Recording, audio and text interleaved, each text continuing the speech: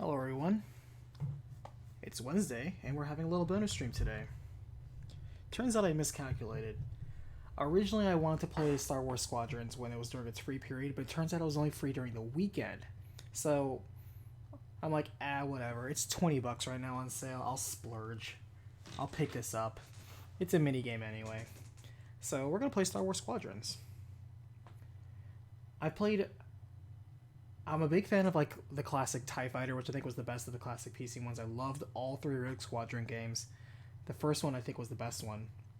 But now we are playing the newest iteration to come out, which people tell me are pretty good. I hear even though this one's a bit short, I hear it's got quality where it's supposed to be. It's a nice little bite-sized game. Narrate path to accessibility. I was wondering if there was any music. Narrate path to chat.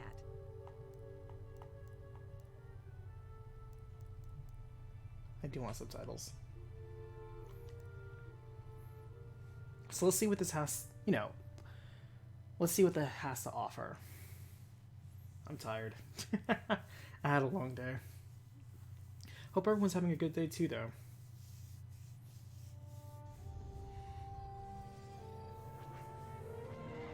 Watch this get immediately flagged, though, because it uses licensed music.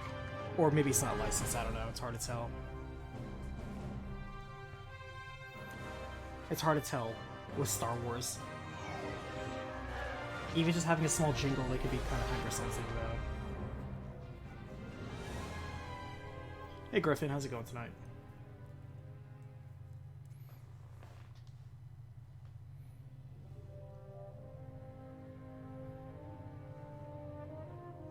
Oh, they just jump into the story, I guess.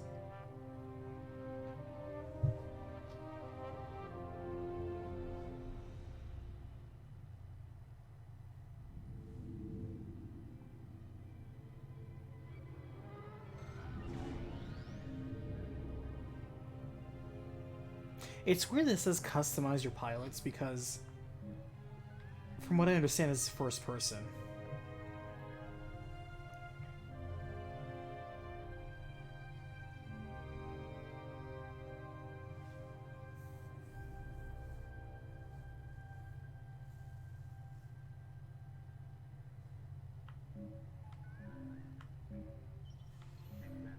I kind of want to play as the default skin.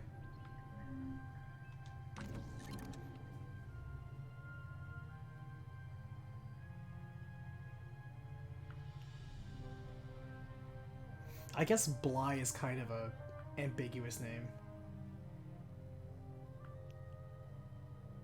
None of these faces look very good.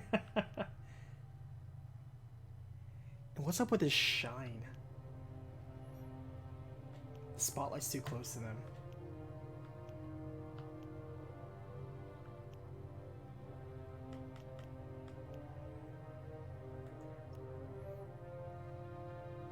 Well, I mean, she's the nothing to lose. Your rage is the Empire's strength. I have no. If it's a fight they want, let me at them. I'm just gonna do the default everything.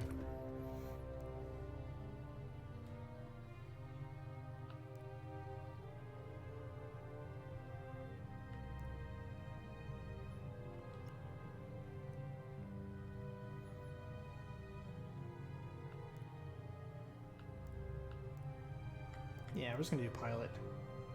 I would like a challenging yet rewarding adventure. Hey Umber, how's it going tonight?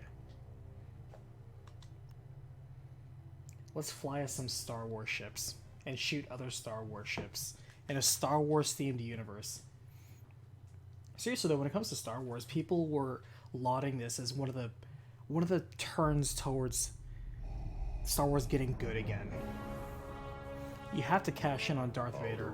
Shows destruction. It feels like they weigh in on that a lot. They incited rebellion and anarchy, and paid the price. This voice actor is doing his best to sound like James Earl Jones. He's trying his best. Spread dissent. Find them. Do destruction of Alderaan is complete. I have a t-shirt that has Darth Vader on it in almost the exact same pose and art style. This will be a nice bite-sized game. Something different.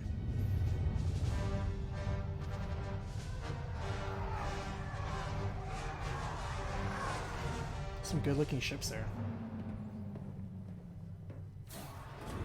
Lord Vader's orders are clear. Oh, wow. Are they? Yes, wipe out all that remains of Alderaan. How? I understood the survivors were in hiding. Intelligence reports a possible Alderaanian convoy heading to Foster Haven. You are to draw them out and finish them off. Do you understand that, Captain? Perfectly, Commodore Sloan. Dismissed. Their eyebrows are moving at least.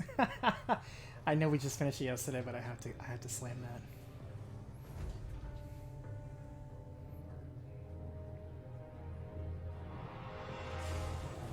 What is he so upset about?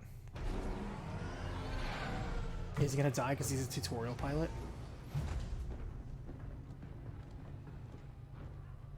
Captain James, Everything ready, Lieutenant Carroll. Squadrons on their way.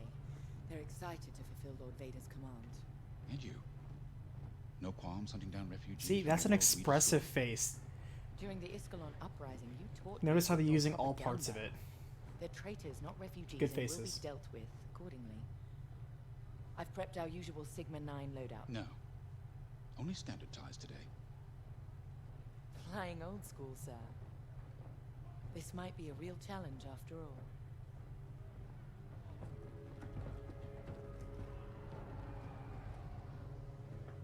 You hear me, Teresa? But I don't think you understand me. I guess we'll find out. Oh, they're trying to establish the drama immediately. Hey, there's us. Follow my lead. And don't fire unless I give the order. The convoy is out there. We don't want to scare them off. Let's do this right.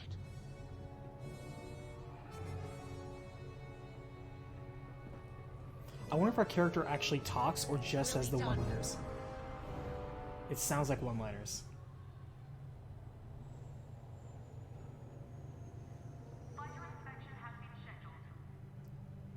Scheduled. Everyone here is British. You know, one thing I liked in the original Rogue Squadron game was when the announcer, if you delayed, it would just talk about a little bit of the fighter itself, a little bit of the history.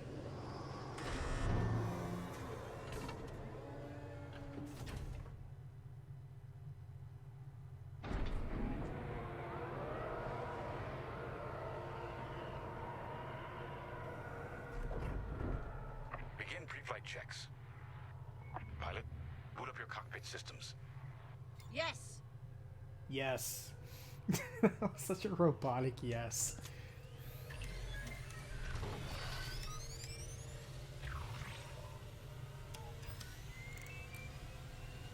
All systems up and running.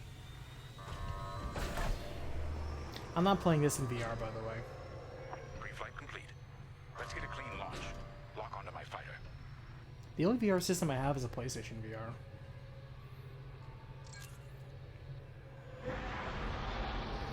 But I'm not going to whip it out and Forward assemble it sensor just for this online game. and tracking. Now, throttle up and deploy out of the hangar.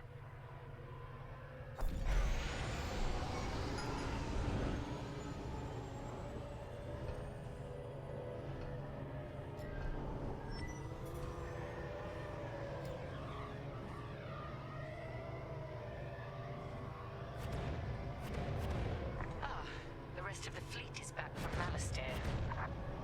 We'll have plenty of help to deal with that convoy of Oh no, this is one of those where we're probably going to get flagged for Star Wars music.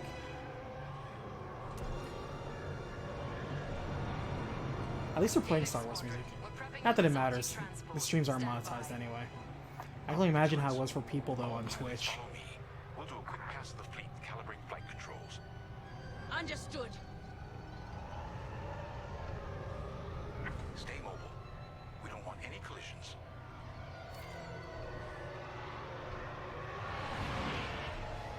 From inside, you forget how big our Star Destroyers really are. The sound effects are really interesting. It's very Shields won't 3D. harm us, but flying so close to the hull is no time to get careless. You're right, sir. It is good to fly old school again. There's something very forthright about a TIE fighter.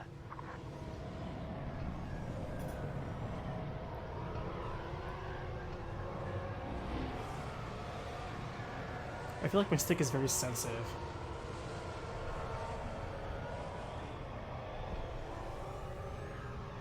Looks like someone is testing battle formations. Better here than in the field again.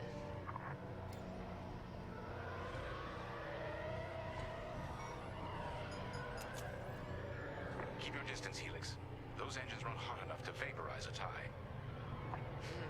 I've known a few daredevils who found that out the hard way. TIE pilots push the limits. Sometimes the limits push back.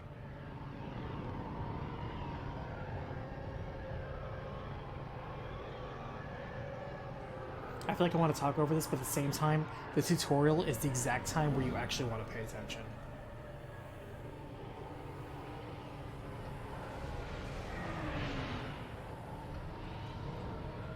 Good. All systems calibrated, and the fleet is in good shape. Responsive controls, though. Vigilance reports our Gozanti transport is ready. Helix Squadron, head to the Gazanti and dock for hyperspace jump. Affirmative. Affirmative. So forceful. Granted, the default voice for the first Imperial person is Fury, so everything she's gonna say is gonna sound very grating and mad. I wonder why, though.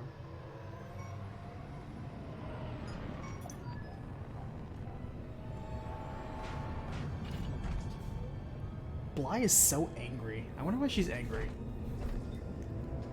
Helix Squadron are docked and clear for hyperspace jump.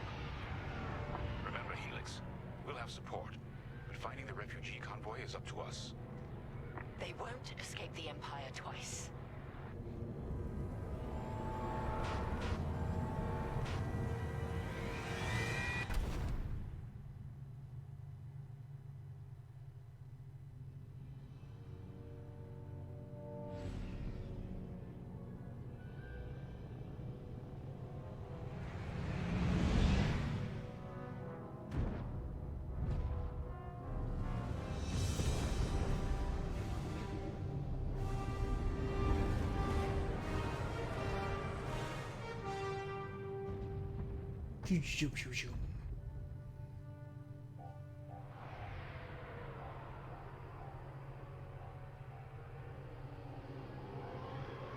Star Haven, probably the most isolated trading post in this sector. I know this is Star Wars Squadrons, but I wonder if Rogue Squadron is actually in here.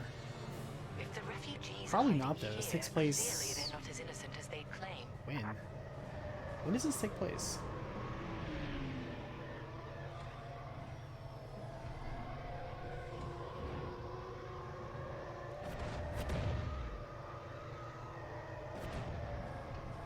Carrier's moving into position.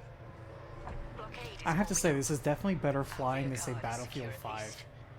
I remember Battlefield 1 had okay flying, but it was very There's a lot automatic. of cargo traffic today. And Battlefield 5, in my opinion, just had terrible flying. The flying was so miserable. I used to love flying in those games.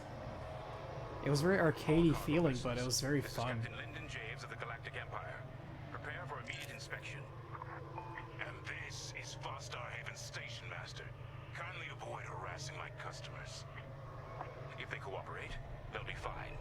Pilot, proceed. Copy that. Check your forward sensor. It will identify potential targets.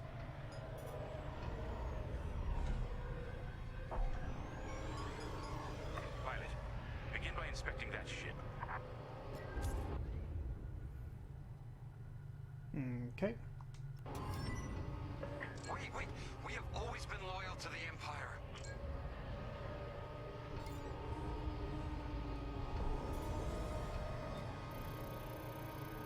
See if you're carrying any dangerous embargo. Hey, Curfew, how's it going tonight? We're loyal. I swear.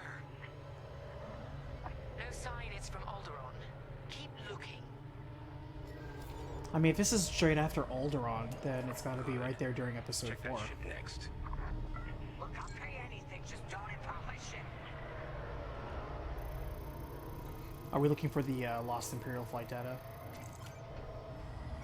No refugees aboard. Oh, you can just stop to like 0.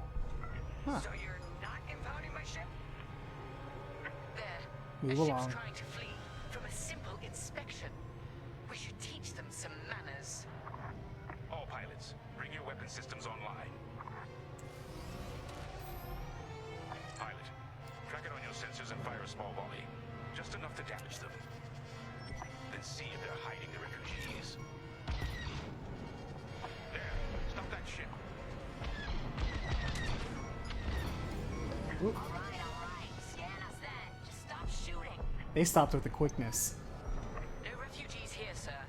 Just smuggled weapons and a cargo of spice. Let the fleet handle those smugglers. We should get to the station.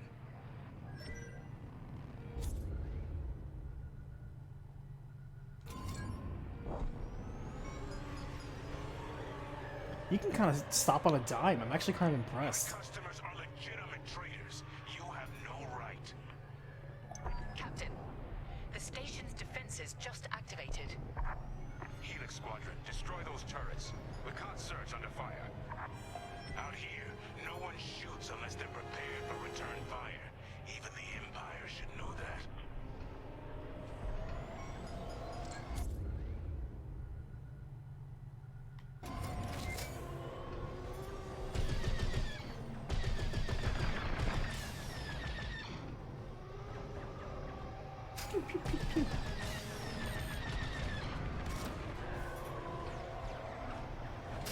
The speed difference between mobility and targeting is cool.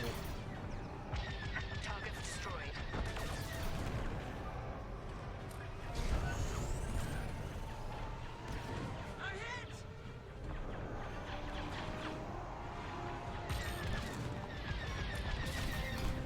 Gotta get used to this.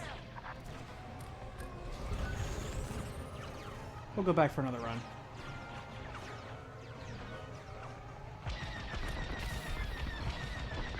I feel like my stick is super sensitive. The defense capability is dropping. Keep going. Gotta let the batteries recharge on my laser.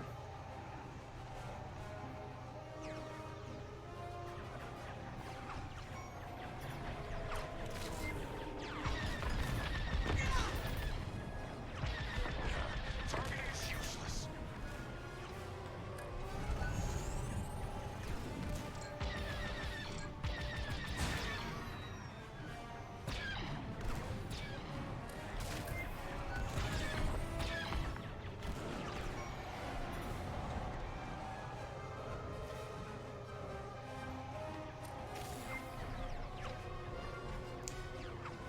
It's kind of cool to use like a little energy economy thing to kind of keep things fresh. Or if you want to prioritize mobility versus shields versus armaments. This is charming. That should do. Good shooting, pilot. Our reputation will never recover from this. Captain James, I think I found where the refugees are hiding. On our way. Hey Sam, how's are you? With me.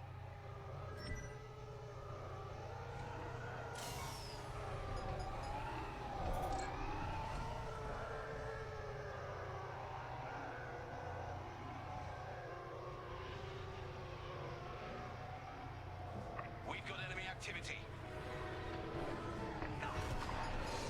Pilots down. We have rebel X-wings on sensors. Gotta get rid of the rebel scum now. Good. Drive these Imperials off my station. They must be protecting the convoy. Defend yourselves if necessary. I'll look for the refugees.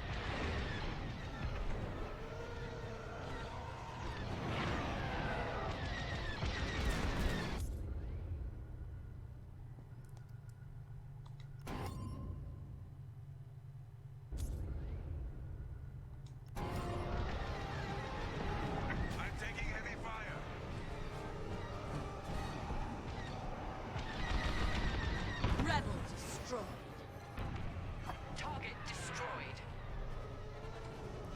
What's a bounty hunter's favorite dog? You got me.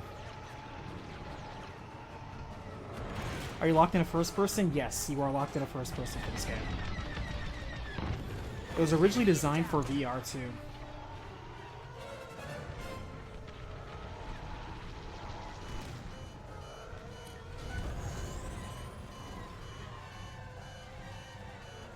I'm hit.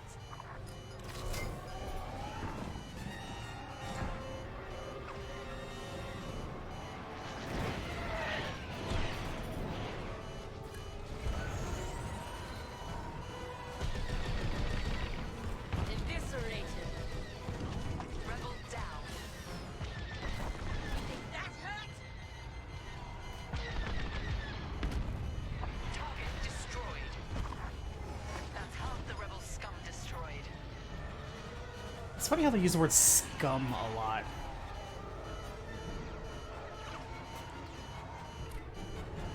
We need some shields or something I can repair our shields. We're gonna die.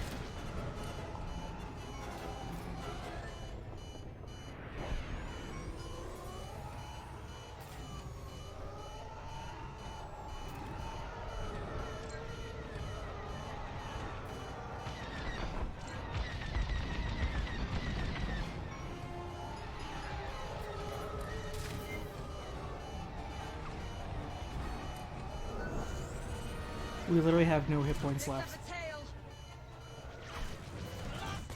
I'm dead. Yeah, let's retry again.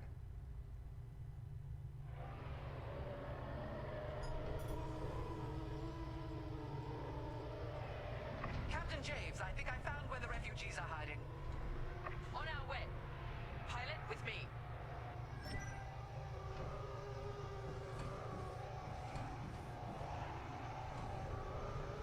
We've got enemy activity. I wonder if we're gonna get a Wilhelm stream at some point in this game.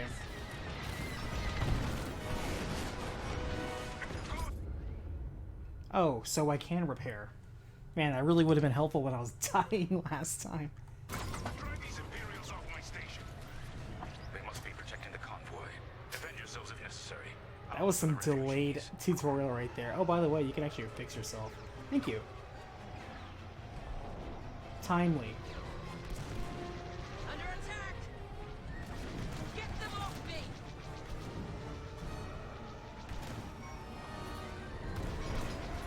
Man, how do I get this person off my tail?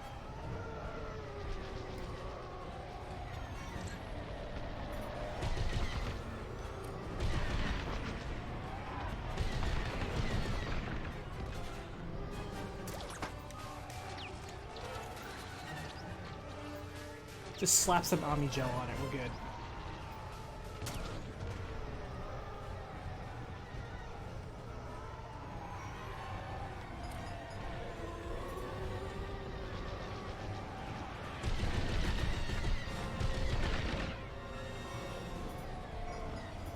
At the same time, having a space 3D dogfighter is exactly what a lot of people, myself included, have been asking for a while. Blasted rebels. Jesus Christ.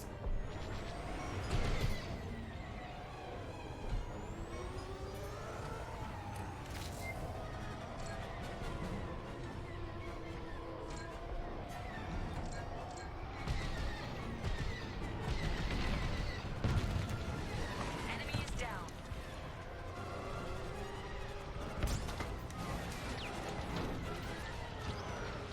Alright, we need to help out our friends. Rebel down.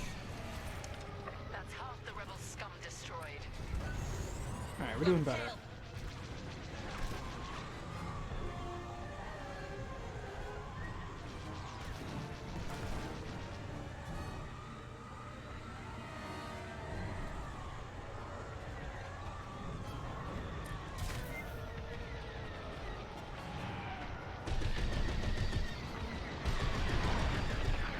I think I got him. Rebel.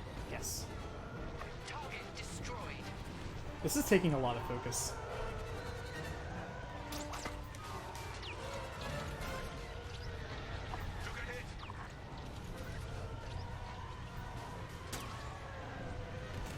I like how it auto fixes the glass too. Alright.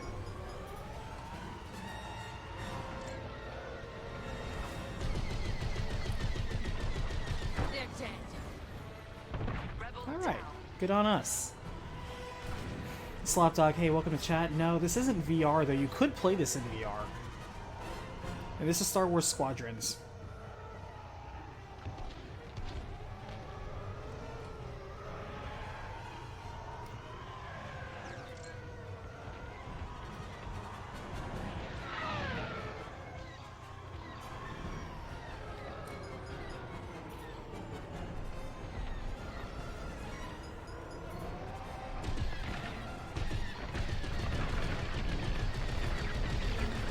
There we go. Enemy is down. Under fire. I thought we got all of them. Oh no, there's one left. On your wing.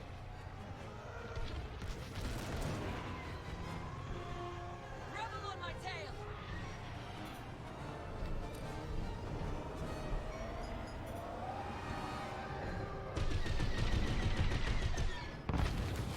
All rebel targets destroyed. Okay. Captain, Nice flying rebel ace. fighters are coming from that tunnel through the station. The refugee convoy. Curfew, must you be need to finish your hiding joke. You there. asked what's your bounty hunter's favorite dog. We'll deal with you later, Station Master. You attack my station and customers. Yeah, Ken, I do remember the old Battlefront series. Imperial thugs. Again, flying in there was great too.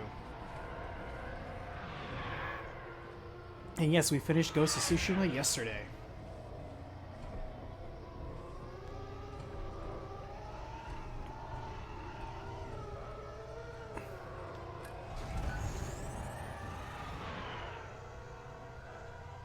Pilot, get into the tunnel and hunt down that convoy. Working on it.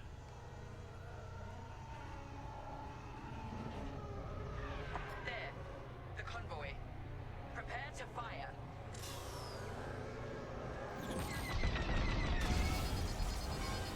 Been disabled. All systems down. Those were iron missiles. Where the hell did they come from? Sorry, Teresa.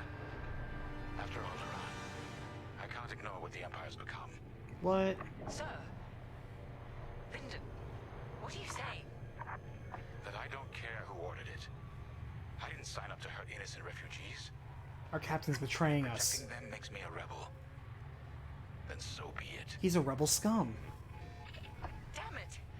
Pilot, see if you can bypass his shutdown. Mash any button. This I can do. Catch up with that traitor. Out of ammo? Since when do we have ammo? Lieutenant Carroll to the Vigilance. Captain Javes is aiding the rebellion. Send immediate assistance.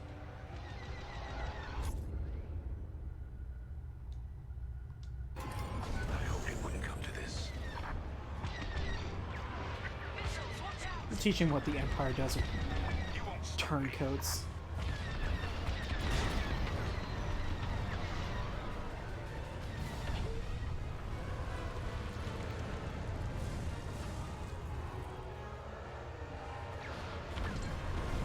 Don't make me return fire. I see the convoy. Dead ahead. Prepare to fire. Imperial Squadron, this is refugee convoy Hope of Eldera. We have families aboard. I'm here to help convoy leader. How does he have a million shields? Just get out of this tunnel. Don't tell me he has plot armor on his TIE fighter. Things my way. Goodbye, Teresa.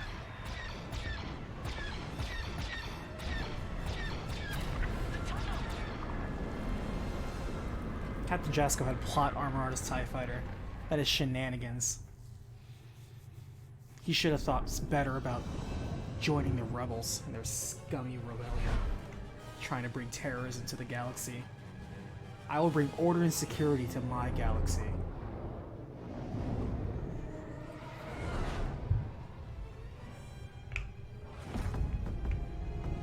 See, Blasco, you're either with me or against me.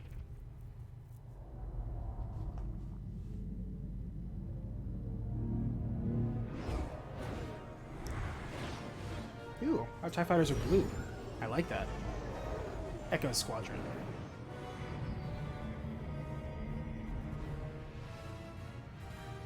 This is our generic dude. We picked the default dude for both sides. So it sounds like Sai is just kind of a easygoing guy. Go with the flow.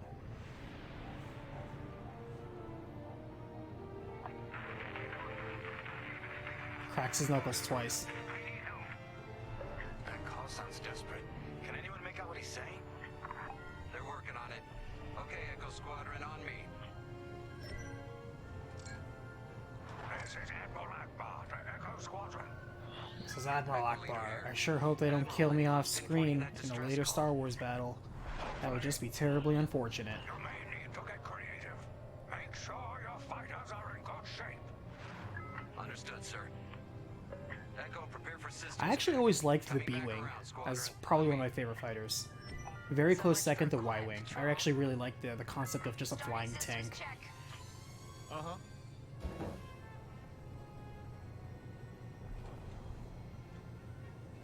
How do you run a full systems check?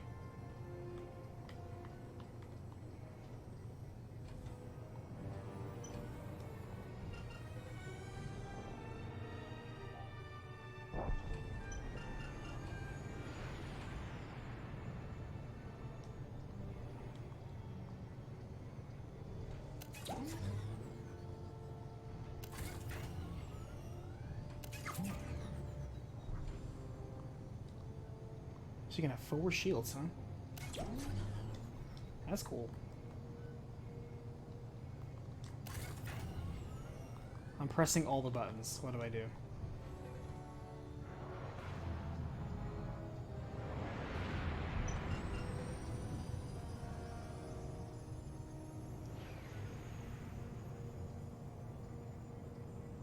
Echo Leader, where the hell are you going? Sorry, I got distracted. I was looking at the cockpit, I'm like, oh, look at all these little details and buttons. Wait, we're 2,000 meters off target.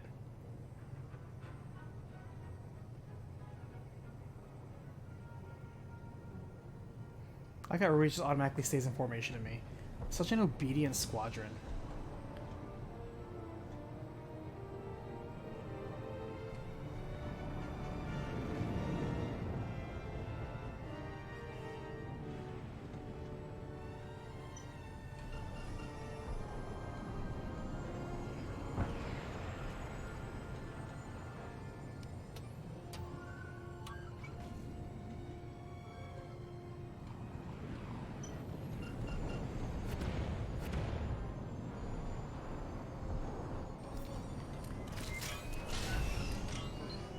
If we're up against a Star Destroyer, we'll need maneuverability. Fast and nimble. Got it.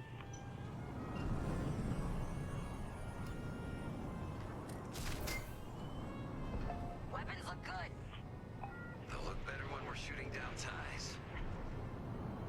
I don't know if that joke works. Double check shields. Right. We might need to hold out a while.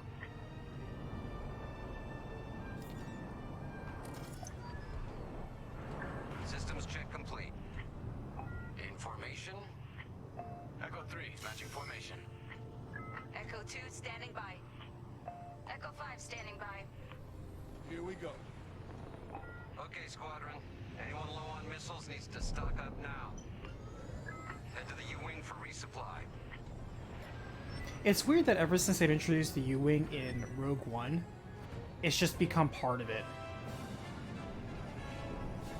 Like, we have to have U-Wings more now. And when I first saw the U-Wing, I was like, this is okay. It's a stretch to call it a U. All good? But okay. Good. I guess we have to have it. Yeah, Ken, I was the same way. Like, when at first I was on the fence about getting it when it first came out, I'm like, 40 bucks? I don't know about that. But, you know, it's 20 bucks now. So I'm like, okay, that's worth it. All right, time to go. Echo Squadron, join the first wave and head to the rendezvous point.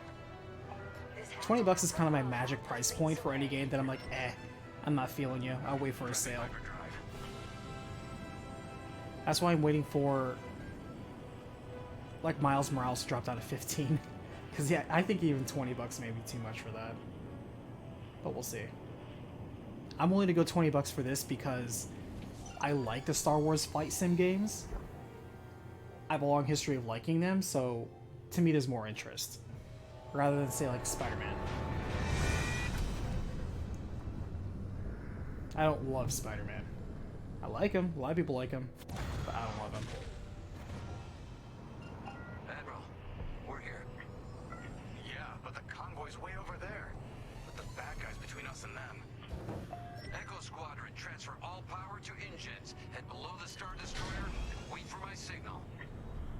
It's risky, but flying fast and close to the Star Destroyer's hull should get us to the other side safely. Steady. But then we'll be right in front of them, and they'll shoot us. Now, fire all boost thrusters. Use the boost to get through. Wait, you two. Damn it, 5. Squadron, focus. We are not losing anyone else. There's so much space wind in my face. Breaking formation. Capital ships are moving in. Rebel Alliance forces. The convoy needs support. Wait, that was an Imperial transmission on an open channel. Oh, so we're actually the counter forces to the story chapter we just saw. Interesting. I kind of like that flip-flop. I'm glad someone heard my distress call. I couldn't hold off those ties any longer. Who are you? A defector? If you'll take me. Call me Lyndon. I'll explain later. Pilot, help me push these fighters back. His voice sounds familiar. Echo 4, leave that quasar for now. Focus on ties. Then we better get rid of those ties. Fire missiles!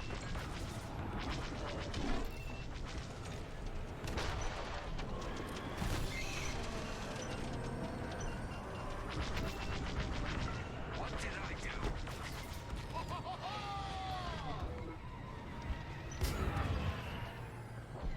Feels right flying an X-Wing.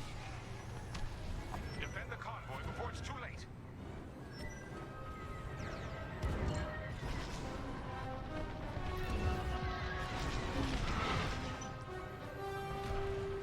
Anyone got missiles? Let them have it. How do I fire missiles?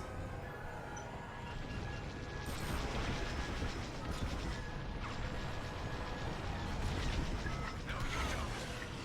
You're too kind. Oh, my guy's so polite. Empire destroy more innocents from Alderaan in the name of security. Yes, galactic security. Empire, where to stick it? You could say that. Joined up.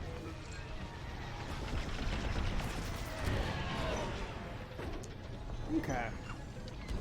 Oop. Oh, wow. Good thing their shields were up. Just scratch the paint.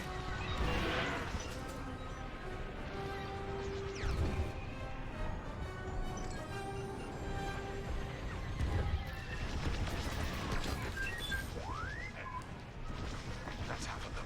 Keep pushing. Do I actually have a droid on board? Empire's on the tail.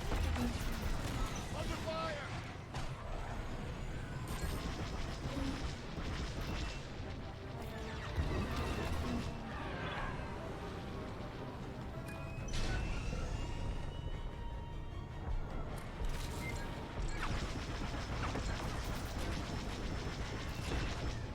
Mind your shot.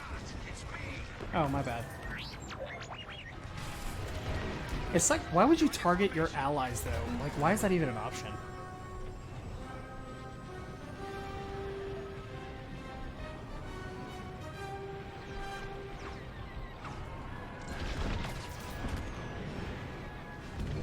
Okay. Follow me. Taken care of. Hey, thanks.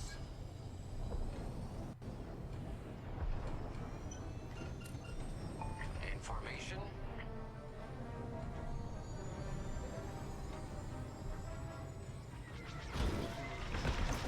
Oh yeah. Prep your fighter. They'll send more ties soon. Boop, boop, boop. Echo Squadron, let's get in position and escort these transports.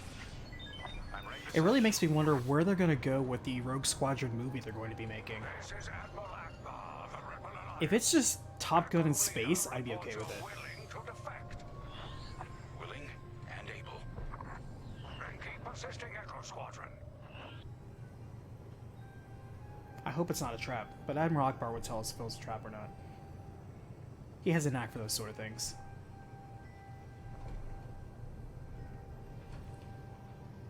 Isn't it amazing how... Squadron, there's a quasar bearing down on the convoy.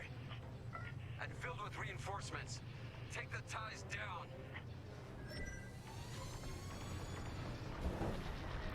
Isn't it interesting how so many decades of goodwill can be destroyed so quickly with a Star Wars license?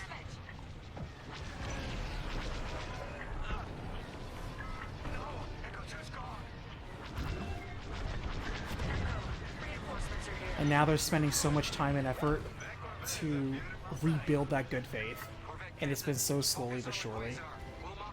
What I find so interesting is that there are many people willing to just forgive so quickly. All it took was Star Wars Squadrons, Clone Wars Season 7, and Mandalorian, of course, to get some goodwill going.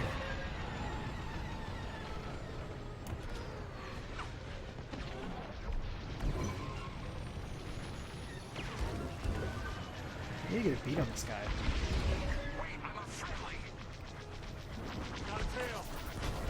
Oops, sorry, man. Sorry. I'm under attack. I'm flying too dirty.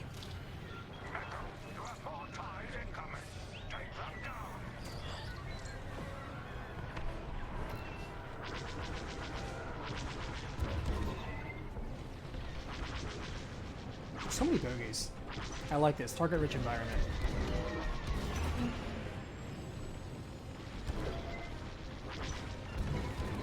And it's funny, so many people ask just like, can we please just have space battles?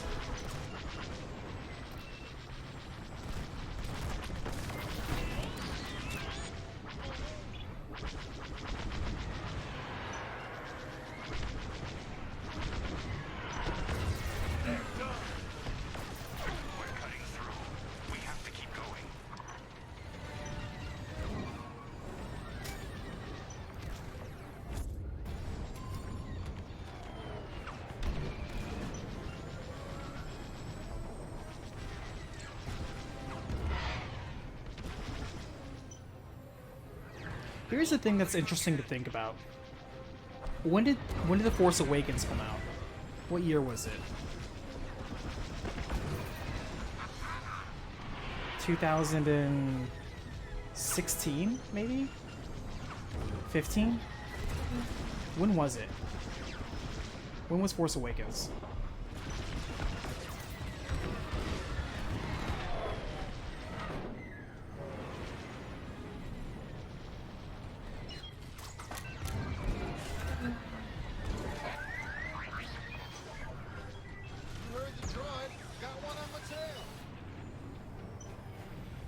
Who's he talking to?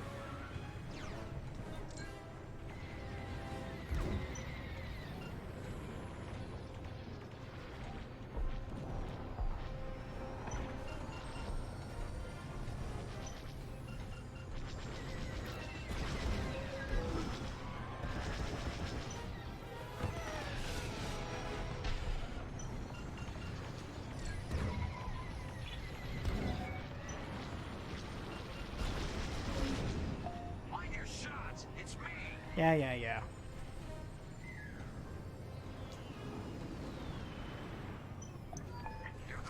2015? Okay. That's all the ties down. Yes. So when it came out, perception of Star Wars was, hey, quote unquote, it's better than the prequels. That seemed to be like the measure of judgment, because if you're the average age group that YouTube tells me that my audience mostly is, then when we were growing up, you know, we had the Star Wars, I guess, director's cut, what do they call it, remastered, Lucas cut, what do they call it? And they released it in theaters, I remember that. Special edition, they call it Special Edition. Star Wars Special Edition. Where it was basically just Star Wars, but it looked a little cleaner, and they added a couple CG scenes that really looked out of place. So Special Edition, we had those in theaters. I watched those with my dad when they came out. And then we had our generation Star Wars trilogy, which was the prequels, which for me was mostly It's okay, our fleet's coming. high school when it came out. And it was all the rage. Like, everyone thought Episode 1 was great. Episode 1 was so celebrated, not just for the music, but also, like, the lightsaber, fight scenes. Darth Maul was super popular. Ewan McGregor killed it as Obi-Wan Kenobi. Intercept the convoy. We have to take that raider down. Pilot, with me. But Episode 1 was considered really good back then. Everyone liked it. Everyone celebrated it. And you have to think back, like, were we all just... Did we all... Oh, hold on. Game's like, shut up, stop talking. Return to the mission.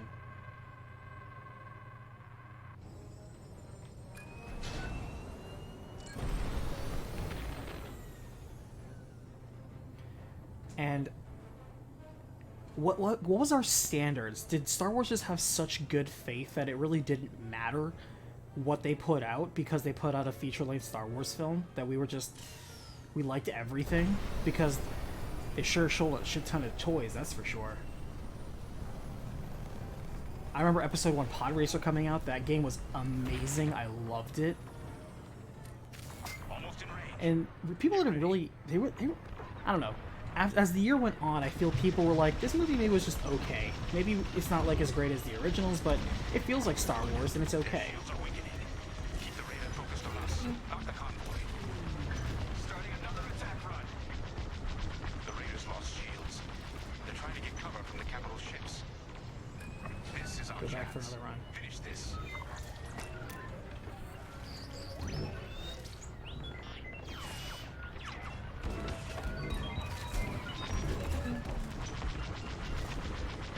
Raiders top. At least the fleet's keeping that Star Destroyer busy. Wearing them down. Keep it up. Yes, we're almost there. And so, people were like, okay, I'm interested to see where it is. People were like, okay, nobody really cares for, like, say, Jar Jar Binks. It was built for kids. Anakin as a kid, okay, well, he's just being a kid, Good work. And then the Force was retconned to be metachlorians, just bacteria in your blood. And we're like, what the hell? Okay, weird, but I guess we're going with it because, hey, George Lucas wrote and directed it. So, since it's the creator, how bad can it be? I remember hearing that a lot. Refugee convoy to I wasn't nearly as critical as movies or written works as I was today, or I am today. Star Destroyer will be watching all possible. And then comes Attack of the Clones. And Attack of the Clones, I think, is where people really started to notice maybe George Lucas targeting system on the in Star Wars is not as great as we thought it was. Wait, you two are attacking the Star Destroyer? Let's hope your fleet can keep those shields down. I'm trying to attack the shield generators. I ain't doing much damage. Targeting.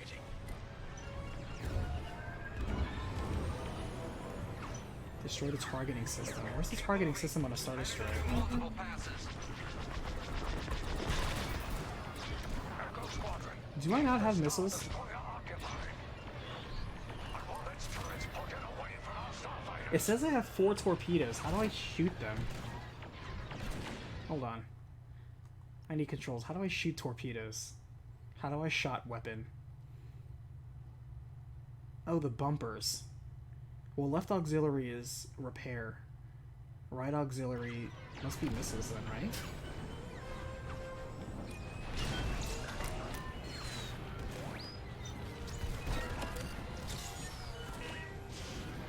The vigilance looks very different when you're fighting against it. Glad you got the chance. Shit. That was boost. That was not shoot rockets. Ramming speed. Okay. Are we just not allowed to use torpedoes for this mission?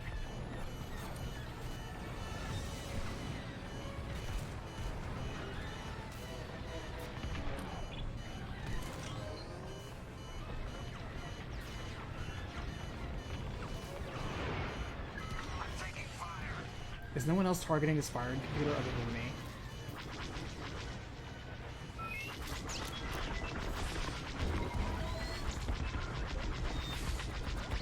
We're getting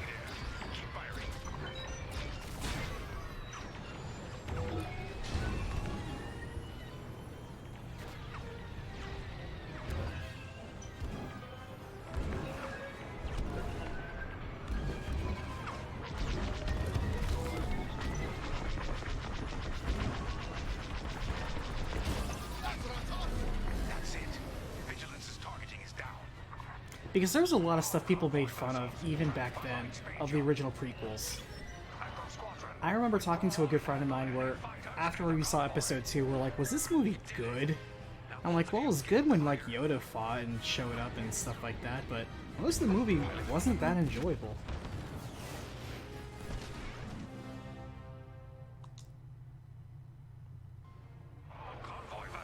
Hey Marshall, how's it going? Squadron, withdraw and handle any fighters near the convoy. You did it. Now both of you get I'm glad I gave you the checkpoint. I need to work better on my space flying. whatever happens next. You saved a lot of innocent lives. And mine. Convoy's ready to jump. Thank you. We'll tell everyone what the Rebel Alliance did for us. And so I think episode 2 was where people started thinking, man, where's Star Wars going, and is this something that we like anymore? Now I can look at chat because we're not in space battle. I cannot look at chat while I'm in space battle. I noticed that. If I'm looking around and there's so much crap happening, I'm gonna be flying into ships and getting shot up. Light or dark, freedom or destruction. She is trying to sound like Leia. The Empire chose to destroy Alderaan in order to spread fear and douse the fires of rebellion. But the heroic Chirita, thank you so much for joining chat. Love you to Danganronpa vids. Glad you enjoyed them. Show the Empire that we are not afraid. I think I'm the only person on the internet who bothered recapping the 4 games. Well, the 3 games plus... The Empire lives on. Yeah, the 4 games plus the light novel. As I speak, Imperial forces are edging toward the Bormia sector, hoping to end So, our war hopefully I can clear up before we any find our questions victory. people had. As their empire collapses, they try to tighten their grip. But the galaxy And yeah, Riku, I think you have it right. You can be a part I think episode 1 was good for the time it was made. It's like movies that are made in the 90s and you're looking at it and you're like, man, this is very 90s. with the New Republic. Change our galaxy It's like this was for the good better. at the time, but man, it didn't age well. And I kind of feel that's where episode 1 was. Episode 2, there was just so much going on with it, and not a lot of it was great.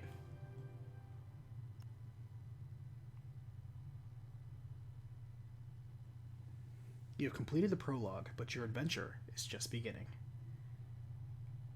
You're good for multiplayer. No, I'm just gonna continue the story.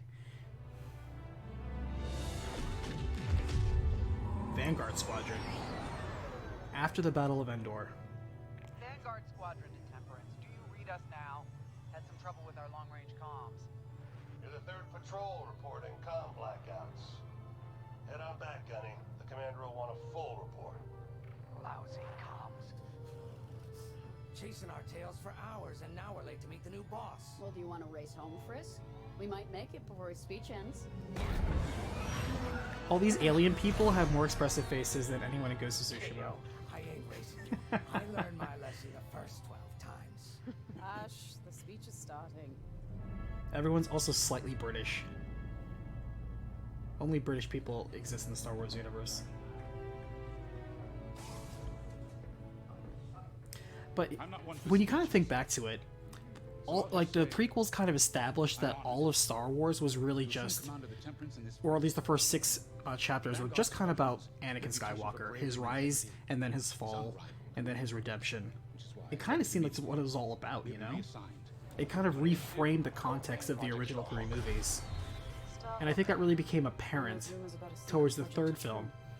What do you think it is, huh? I think a lot of people view the 3rd film as probably the best of the 3. And it's also because I think it had a lot more action, but also a lot more dramatic moments. I don't know if it felt like a giant culmination, but I think people generally favored the 3rd one the most. I guess maybe because it took things more seriously. The day ain't over yet. There always seemed to be this air of silliness going on with a little bit of lightheartedness going on with like the first 2 films. Meet the new boss. And anyone else he's bringing along. Enrico, yeah, this 6 of the Skywalker Saga. See, here's the thing. No one ever called it the Skywalker Saga. No one ever called it until the new movies came out. The 3 Disney sequels came out. No one ever called it the Skywalker Saga. Ardo said to expect you. I'm Zerelda Sage, Chief Mechanic, and this here's the Temperance, my pride and joy. I imagine you're excited to join the action. Speaking of, here's the rest of your squadron. Hey, Gunny, I got your new pilot over here. You go ahead, I'll meet you in there. Welcome to Vanguard Squadron. I'm Kyra Kuva. You can call me Gunny. Happy to have you on the team. Let's talk after the briefing, eh? You're joining one of the best outfits in the New Republic. Hope you can live up to it. Anyway, follow them into the briefing room. I think our new commander's waiting for you in there. Now, the reason why I originally asked, so now we have, okay, how do I move? Oh, you just teleport. That's a very VR thing. Ah, you've arrived. Excellent. Otto, meet our new Vanguard 5. Oh, the one who saved your skin at Foster Haven. Ardo Baradai, Fleet Intelligence. A pleasure. I heard they rewarded you with a posting to Chandrilla. A real honor. Very safe. But a good pilot shouldn't just gather dust. I needed people I can trust. And I figured you'd want to get back into the action. Huh. There's no shortage of that around here. Right. Let's get you briefed. So... Welcome back to the front line, Vanguard 5. At what point... Because even the prequels, which as time went on, and there really wasn't anything Star Wars movie related going on for quite a while since... It's like, I felt like, what, a 10-year gap, basically, between Episode 3 and then Episode 7, in terms of when the movies were made. So it's like a 10-year gap. And what happened in those 10 years? In those 10 years, we had lots of shows. We had the animated Clone Wars, then we had the other animated Clone Wars, and then we had Star Wars Rebels, and then we had some Lego Star Wars games. Communications across the sector. We had a bunch of Star Wars video games come out, all sorts of Star Wars video games. Vanguard Squadron, I need you to split up to solve this. Frisk and Grace, bring our new pilot to the Brental Systems borders. The scouts we sent to investigate. And it just felt like, I think, Star Wars kind of stagnated. And then, of course, came the infamous Star Wars sales. And then when the Star Wars sale came out, everybody was kind of like, okay, what's going to happen? Obviously, the first move people didn't really care was, hey, we're going to wipe the slate clean. Anything that happened that was expanded universe, that shit's gone. It's going to be called Legends now. But hey, don't fret. The good stuff will cherry pick. Which is still debatable. Project Starhawk's future. When you've succeeded, regroup and return. Then you have where what was the first thing they came out with? Was it? Got a moment. It was Episode 7, and then they did Rogue Squadron, and then they did Episode 8, right? And then they did Han Solo. And you could see very quickly the divisiveness that came by it, because at that point you're talking to 3 generations of people experiencing Star Wars. You have our parents' generations, or perhaps our elder fans who were there since the beginning, like my dad, who was dating my mom when they went to go watch Empire Strikes Back in person back in the day. You know, they were there, they watched it live, so they were there on the ground floor. And then you have us, the next generation, where we got to see the special editions and we got to see the prequels. And then now you have a new generation that didn't really have an incentive to watch any of the previous Star Wars films, because unless like their parents or friends really like Star Wars, because it's still a big name, there really wasn't an incentive for it. Oh hey, I'm Keo Venzi. And so you have the people that are watching the new sequels with no precedent for the previous ones. This is an amazing team. I went from semi-pro racing to fighting the Empire. Quite a change. But everyone in Vanguard lifts up the others. You'll fit right in. Whatever this Project Starhawk is, I suppose the commanders will tell us when they're ready. And what I think is interesting is you now have a movie that is trying to cater / pander to 3 different generations, a brand new audience they're trying to cultivate, and 2 previous very different-minded generations of Star Wars fans. When we kind of think about it, Star Wars Episode 7 had a lot to live up to. There was a lot of expectation going into it. And when it came out, I think everybody was just kind of like, it's okay. I know the most cynical were like, oh, they just retold Episode 4, which I think is too harsh. Because while there are a lot of major story beats and echoes, and people are like, oh, it's like poetry, it rhymes or something like that meme. There was a lot of stuff in Episode 7 that Episode 7 did that Episode 4 did not. So it would be undermining Episode 7 to say it was a complete clone. Hello. Grace Salia Vatara Sina. Grace, if you like. It's a pleasure. I've been with And also you had like the trailers, I remembered episode 7, that were to me just baffling. Which to me was just the most uneasy part. Where it's like, why is the Millennium Falcon in the new Star Wars? Like, and then we see old Han Solo. It's like, okay, it's old Han Solo. Like, I think they showed the Millennium Falcon before they showed Han Solo, and I was very confused. I'm like, why is the Millennium Falcon? But Han Solo's not. And then you see like the burned helmet of Darth Vader, and you're like, first of all, why the hell is that there? And second, it's all like, Kylo Ren was all, I must finish what Darth Vader began. It's like, what did Darth Vader begin? What a weird thing to say.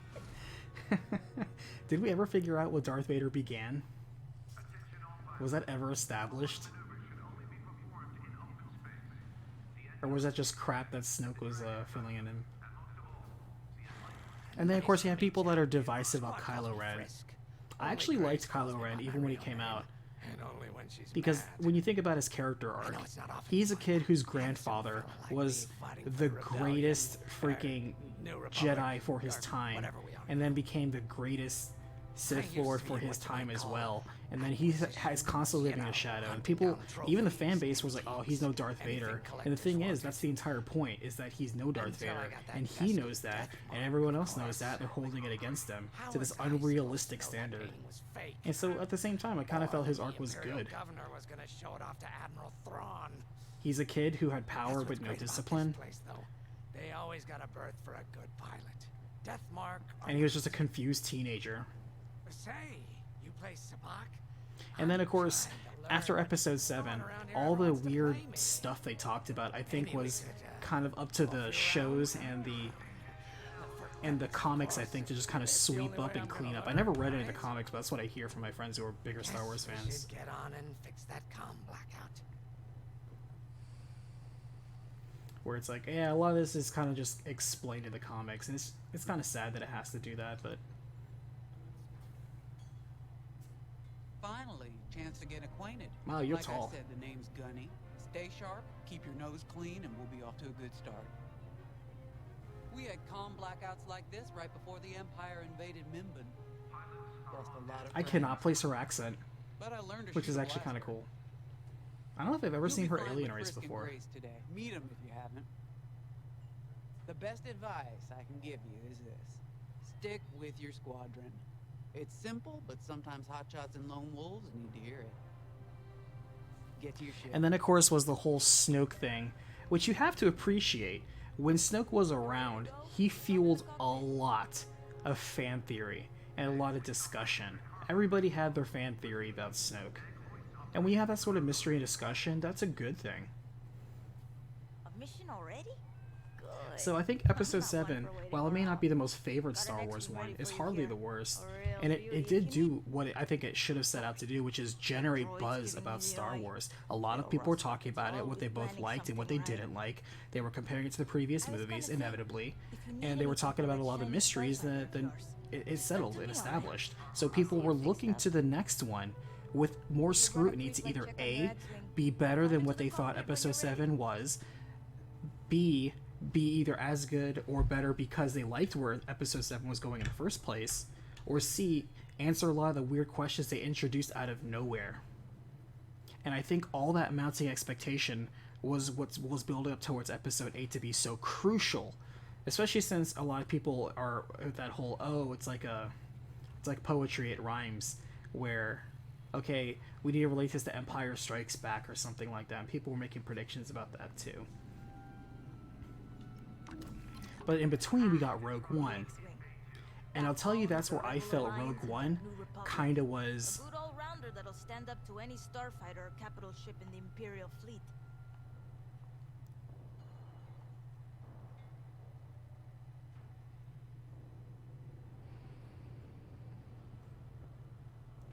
Oh, I have concussion missiles. Apparently I don't have concussion missiles. I don't know.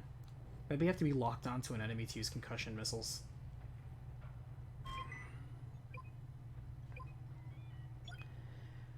So, Rogue One, to me, when they were first advertising it, was going to be, it's like, okay, we're going to talk about how they stole the plans from the Death Star.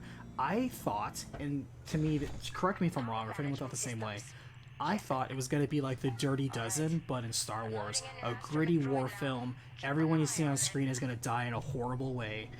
But they have to do this mission if everyone else is going to have a chance, you know? I thought it was going to be like that, where we got a rough and tumble crew on a suicide mission.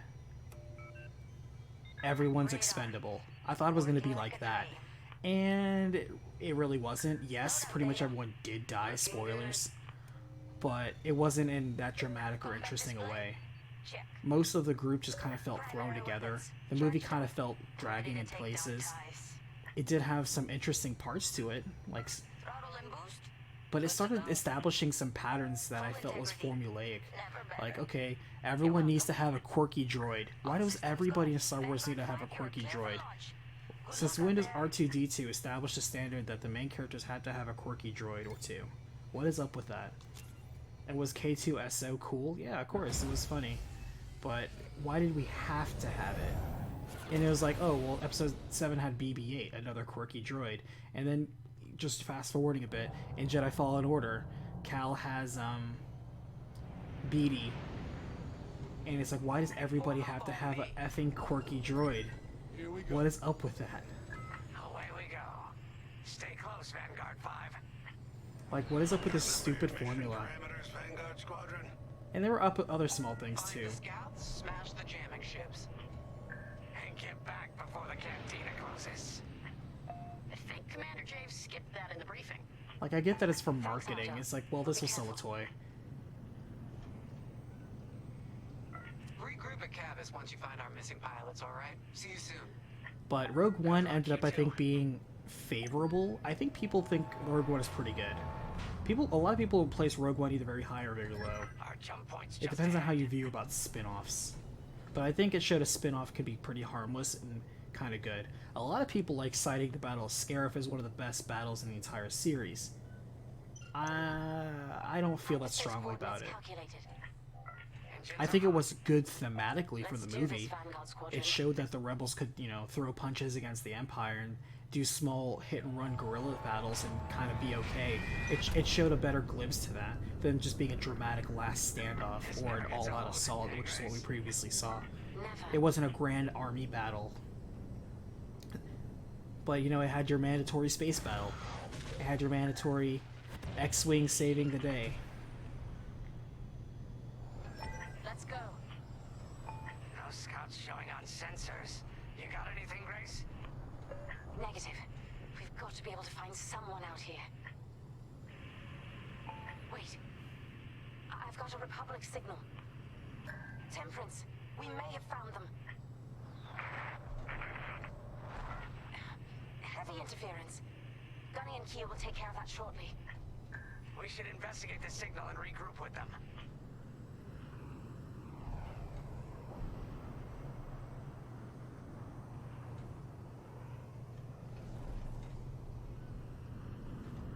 I hope the scouts are all right. Me too, Grace. Me too. Hey, cut the chatter. Everyone fly in complete silence until the Star Wars theme music begins to play. There's our target. Let's slow it down. Heck, our scouts didn't make it. Empire must have found them first. If that's the case, where is the Empire? Vanguard 5, scan the debris. Oh, whoops.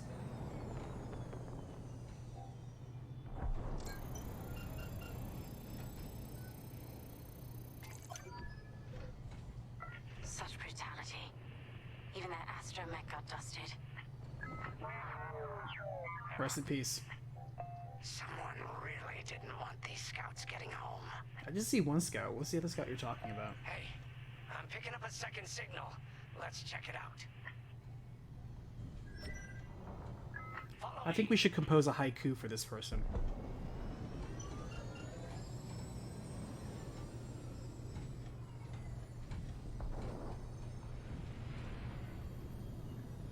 But yeah, then we have episode 8. And episode 8, I think, did a fantastic job of ripping a fan base apart and having it eat itself. I have not seen, even in the prequels, as much rampant civil war as what Episode 8 brought about. That's not a New Republic. Feel free, like, anybody to chime in and correct me, but I think Episode 8 was absolutely a tearing point for quote-unquote fans. I think there were people that jumped in even if they weren't even fans of Star Wars.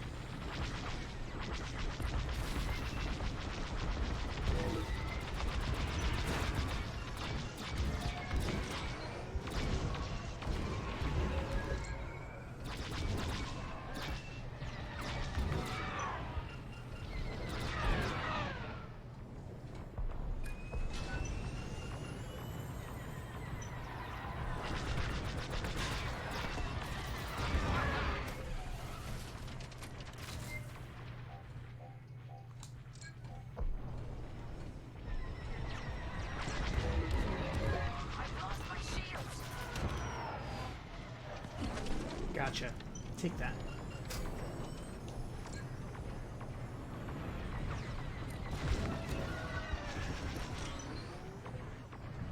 Where are you? You're annoying. That's the last of the ties. We need to take out that Kazanti. Yeah, way to go, crew. Way to do Jack during that. Come on, guys.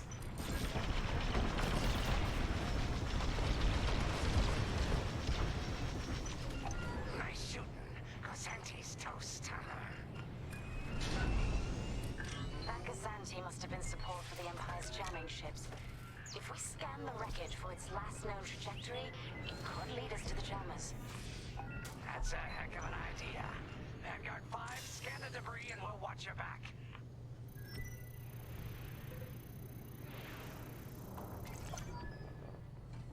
That's it. Nice work, Vanguard 5. Let's see. I want to see their object physics, but apparently we just phased through them. Toward Gunny and Keo's coordinates. If we're quick, maybe we can cut off the Empire before they find our friends.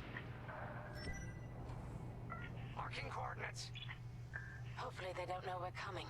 Oh yeah, I forgot about. Good point, Riku, bringing up J.J. Abrams. J.J. Abrams is an interesting factor.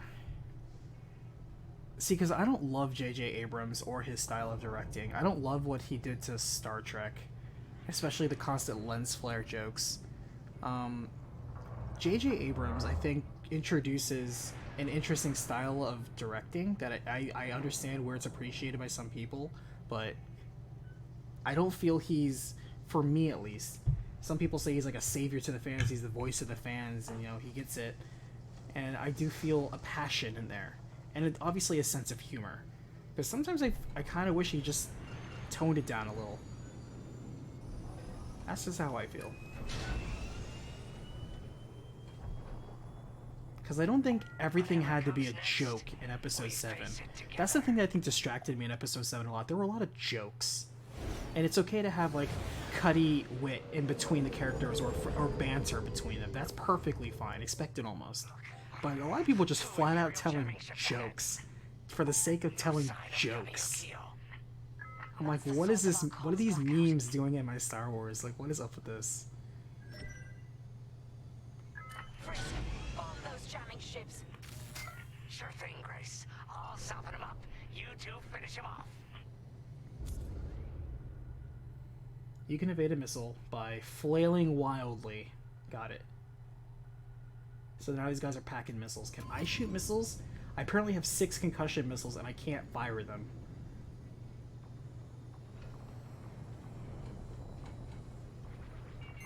You got a missile incoming.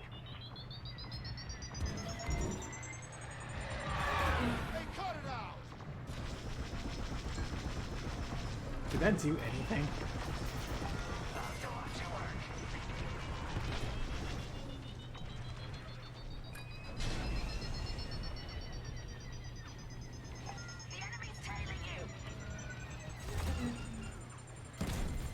Damn, that missile just destroyed me. I'm trying to shimmy back and forth. I'm not really feeling it.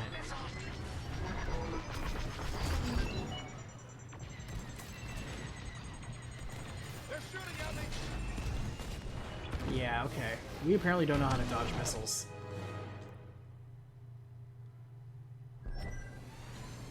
Okay. Sure thing, Grace. I'm gonna try spinning next time. I hear that's a good trick. Making several sharp turns in different directions. Got it. We got a lock.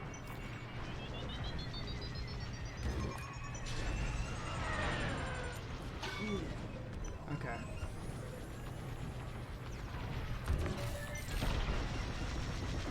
Actually, we should let the bombers take care of those guys.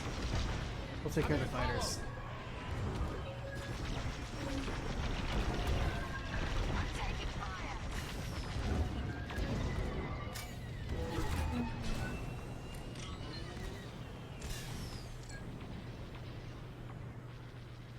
Alright, give me a target.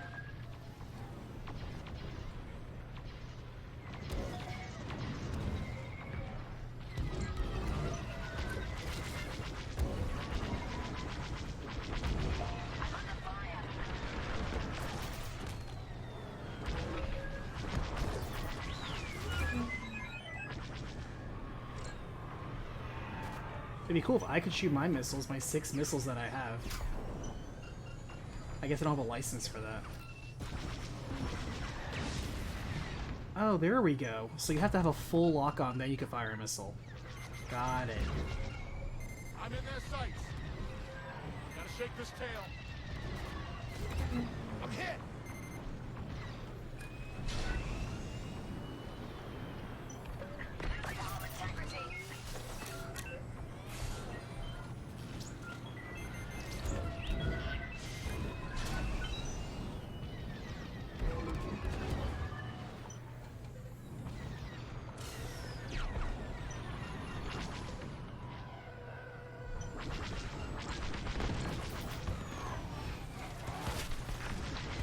Nice effects.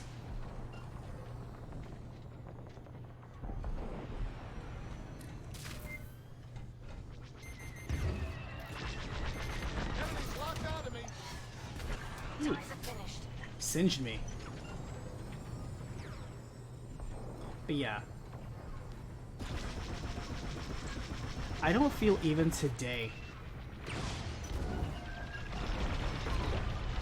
Episode 8 is well regarded. Like, my sister and I will never agree. She loved episode 8. I thought it was not great. I was so mad at so many things. And it wasn't even what they necessarily did in the movie. I think it's just the writing was just very bad. That's where I stand on it. Long-range comms are still scrambled. That's all of them. Good work, everyone. Whoa, what was that X-Wing doing just there? Try to invade our territory, will ya? It's glitching out in space. Gunny, do you read me? We just cut off 2 jamming ships en route to your location. What's the I thought character dialogue wasn't very good. I thought the pacing wasn't very good. I thought the plot points weren't very compelling. There were some moments where it was like, okay, this could be something good, but it felt like it was trying to be 2 movies at once. And it just felt like a lot of the movie was wasting our time. Maybe a hot point, but I felt the first 2 Avengers films did the same, especially the first one. I didn't like the very first Avengers film for one key reason. I sincerely believe you can cut out the first hour of the first Avengers film and you would not lose anything. Because all it does is waste your time and establish something that was already established in other movies. And I understand you're like, oh, well, you shouldn't have to watch other movies to watch this one. You say that now, and then 23 movies later during Endgame, they're like, actually, you should have watched the previous 23 films. And you're like, what the F? But I just felt like it was such a slow, plotting, useless filler. I felt like filler was in this movie. Like, nobody edited it properly. It's good to know that you can shoot missiles.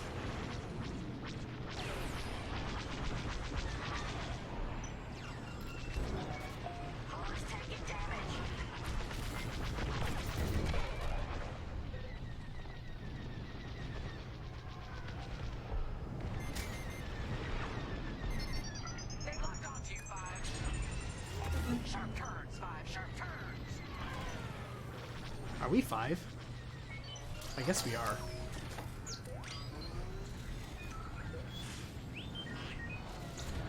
Imperial reinforcements. Another goes anti with ties. Then we take them out too.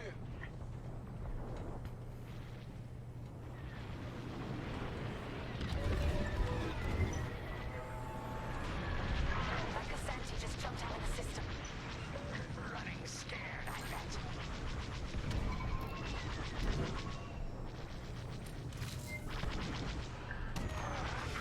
Yes.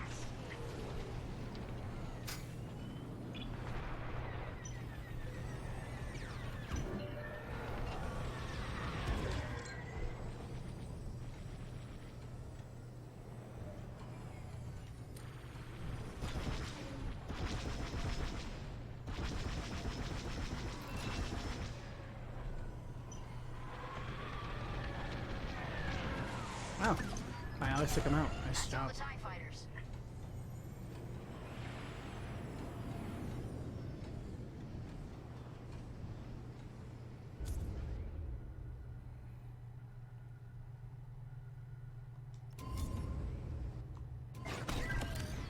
That'll patch up your hull and stock up your Oh, ordnance. cool. Thanks, U-Wing. I appreciate it. Flying in formation.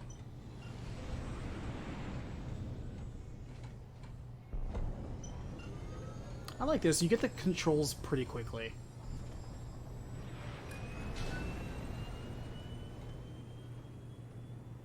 Vanguard, we have an Imperial cruiser protecting the last of the jammers. Taking down these ships ain't gonna be easy. Not while the cruiser has a missile launcher. Riku, they pooped on Luke. You're exactly right. They took a big old dump on Luke. And I really wonder why. You know? What was the motivation? I think it's some. I think I saw once in the director behind the scenes. What's his name? Rian Johnson, or is it Ryan Johnson? Is it Rian Johnson or Ryan Johnson? Here we go.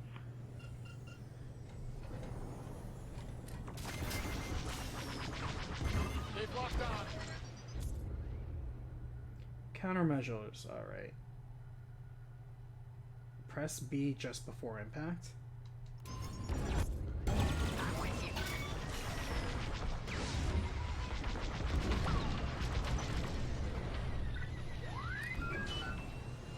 You heard the droid.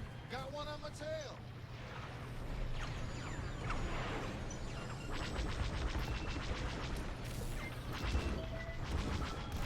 I'm under attack. They got a lock on me. That was a bad turn. Zigged when I should have zagged.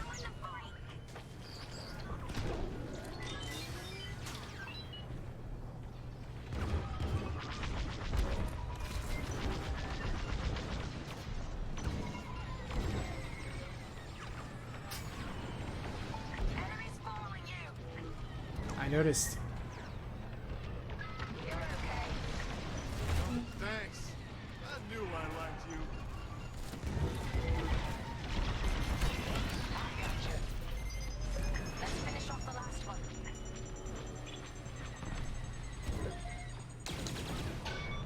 I wasn't worried. Our guy is so laid back. You can always count on me. You're too kind. Got enemies locked on.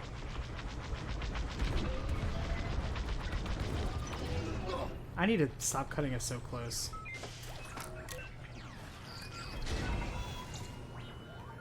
No point in dramatics if I'm gonna be dead. Enemy has the invest sights. That's a hit. That's the last of their jammers. New Republic communication should be restored. Commander James, if you read me, we need reinforcements on my position. You're loud and clear, Gunny. Help is on the way. Resupply. On that ship. You got a kill. Enemy fighter is locked on. Vanguard, backup has arrived. Empire's in trouble now.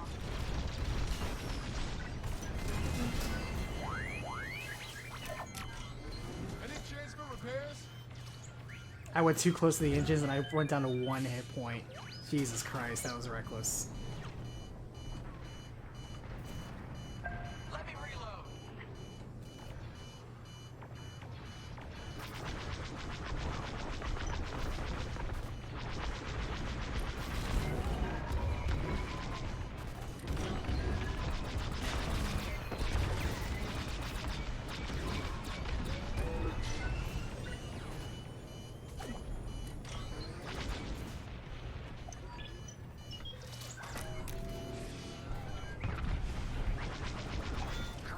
Take that. Not bad, Vanguard 5. Temperance, this is Vanguard Squadron. Mission accomplished. Sure is, Vanguard. Communications are restored across the sector. I gotta say, flying in here feels good.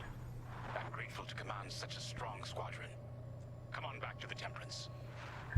Griffin, the first hour of Avengers is them setting up the movie Avengers.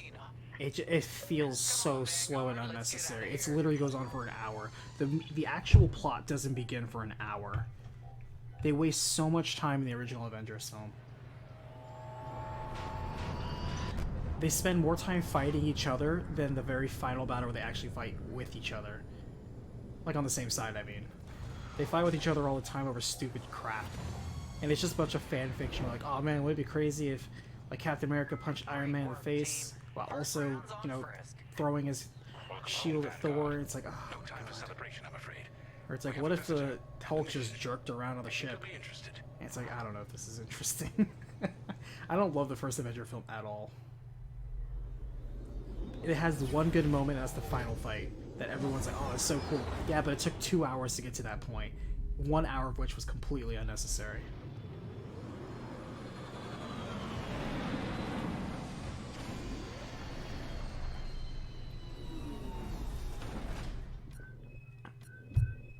Endgame was different, though.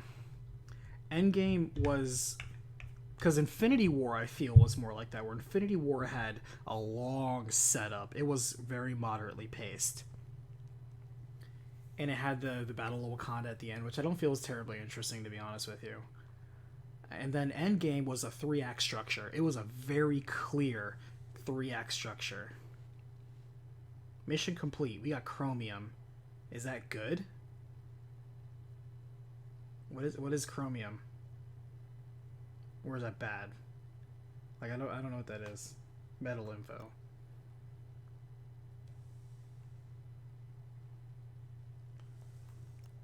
I like the objectives. I remember really caring about that in Rogue Squadron and trying to get all the medals. I guess it's not really a rank, it's just a, did you complete these objectives? The lack of music is interesting.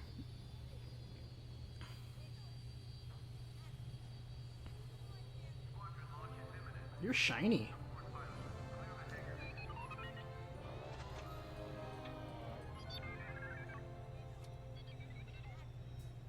Will you be my quirky droid companion?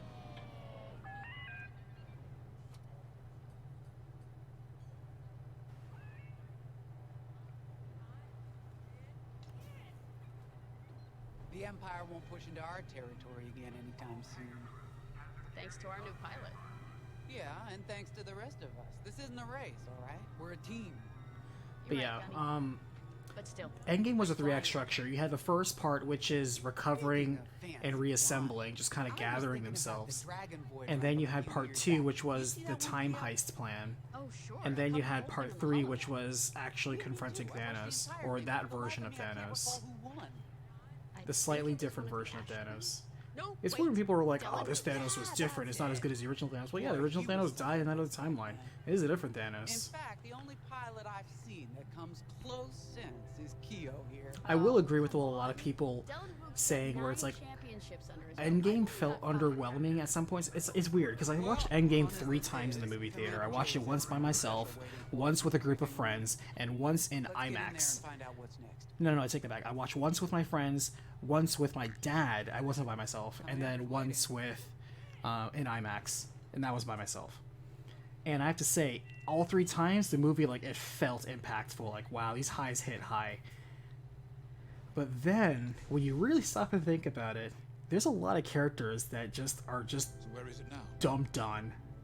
They have a lot of power-hitting players. Oh, this is Wedge. Young Wedge. Look how young he is. It's pinned in the upper atmosphere.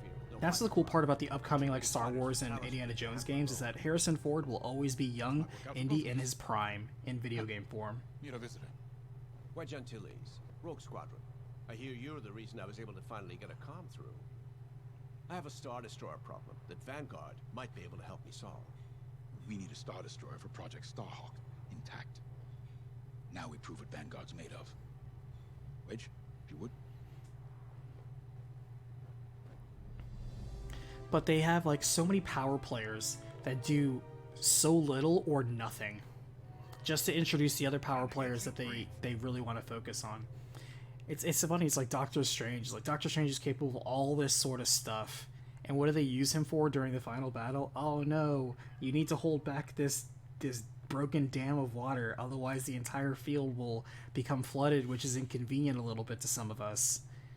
It's like, he's like, guys, I would fight, but I totally need to focus on just this. So I'm kind of out of the fight. Sorry, guys. It's like, really? As you may have overheard, or Winter Soldier, who's just as much as an ass-kicking person, you know, with a cybernetic arm, as Captain America, as Black Widow, as Black Panther. And what do? Sometimes he shoots a gun to somebody off screen, and sometimes he hits a person. That's all he does. He does literally nothing. Naturally, if we can also take out the targeting system, that'll buy us even more time. Next, we need to prepare the Star Destroyer for boarding. You'll need to find a potential breach point in the Victorum's hull, preferably near the bridge. Once you find a good spot, bombard it until the hull is breached. Thor had to be downplayed into Fat Thor just because it's like, oh no, he's too OP, so he needs to be out of shape. Even though we have literally all the time in the world. We can bring in the boarding team. Even though he's a god and can Vanguard will defend the exterior from reinforcements. And can probably just get into shape with his god powers. And is in control of the Star Destroyer. We'll rendezvous with the I always find it funny in a movie of time travel, they say they don't have enough time. I always think back to like Back to the Future when Marty was like, I'm out of time. Wait a minute, I'm in a time machine. I have literally all the time in the world. And it's like, yes, you do. You do have all the time in the world. Oh, but we need Pym particles. Are you telling me that with Hank Pym and or Tony Stark, who, by the way, I dislike MCU Tony Stark the more the movies went on. This is not against Robert Downey Jr. Robert Downey Jr. did a fantastic job. I do not like the way they wrote Tony Stark. Tony Stark was written like people's fan fiction Batman, where if he's just the Deus Ex Machina, where it's like, oh man, we can't figure out time travel. Hey, I'm Ant-Man. What if we just flip it like a Mobius strip? I never thought about that. What if we reverse the tachyon fields and the quantum emitters and jiggle the flux capacitor? Oh, I never thought of that. Okay, never mind. Give me 3 days. I figured out time travel. We're good. We can now move on with the movie. It's like, what is up with this shit? That is so dumb. That is such contrived writing. I hated that. I loved watching the movie. I hated the way it was written at many points. Just the transitions and the rationalization for a lot of it was so dumb. I'm like, this is the part where it feels like a badly written comic.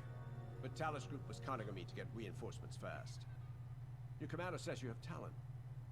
Enough to steal a Star Destroyer and get away with it. This is not against Tom Holland. Normally, I'd have Rogue Squadron for this. I love Tom Holland in terms of what he's done with Spider-Man. I actually like all the 3 Spider-Men. They've all done different things.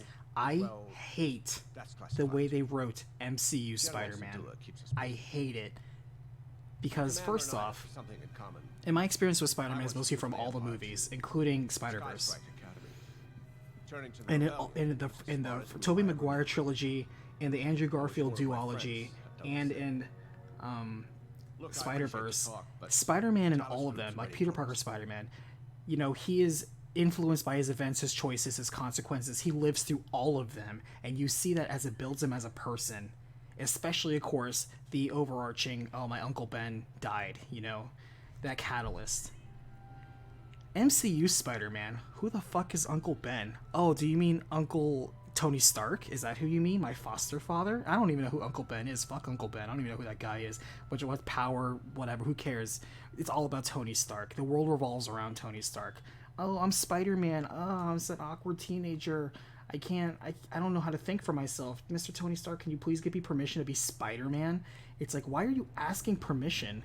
You had no problem doing stuff on your own before you discovered it. Now every single scene you're in, you have to ask permission to do shit. That's so annoying. And you're like, okay, well, he was just establishing himself. Okay, fine. Next movie. And I have to agree with even though it was a joke, it was like, bitch, you've been to space. It's like, yeah, I agree. You've fought Thanos. You know, you've seen all these history. You fought aliens. You've been on another planet. You've been all sorts of stuff. You know, you're experienced, a little bit more veteran. What do? You're still whining about how you need to ask Tony Stark for permission. You can't anymore to do Spider-Man things. Like, why is he just a spider boy? It bothers me so much. Like, why is he not standing up on his own? He's constantly putting himself in his own shadow of Tony Stark. Again, it's revolving around Tony Stark for no reason. I hate that. I hate how everything's revolving around Iron Man. And Iron Man's not even the most interesting person. I hate that so much. I'm like, he's revolving around the wrong thing. The Star Destroyer. Everyone's like, you need to be the next Iron Man. No, he needs to be Spider-Man. Stop this. Stop saying he needs to be the next Iron Man. He needs to be Spider-Man. Right now, he's just Spider-Boy. And he's like mini Iron Boy. Yeah, exactly, Gideon, you're right. He shouldn't be Iron Boy. He should be Spider-Man. I'm completely with you on that.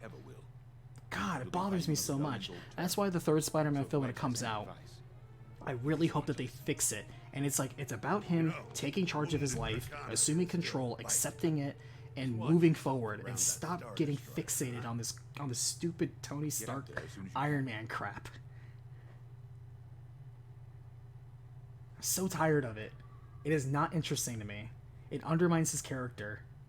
And I kind of want, if people are theorizing that it's going to be, oh, they're going to bring back Andrew Garfield and Tobey Maguire, not Tony Maguire, as cameos, as sort of a pseudo Spider-Verse, I hope the other two Spider-Men, even if Miles Morales is there too, I hope all three of them, and maybe other Spider-Men and women can come along too. They all are like slapping him and being like, what the fuck is wrong with you? You're Spider-Man. Figure it out.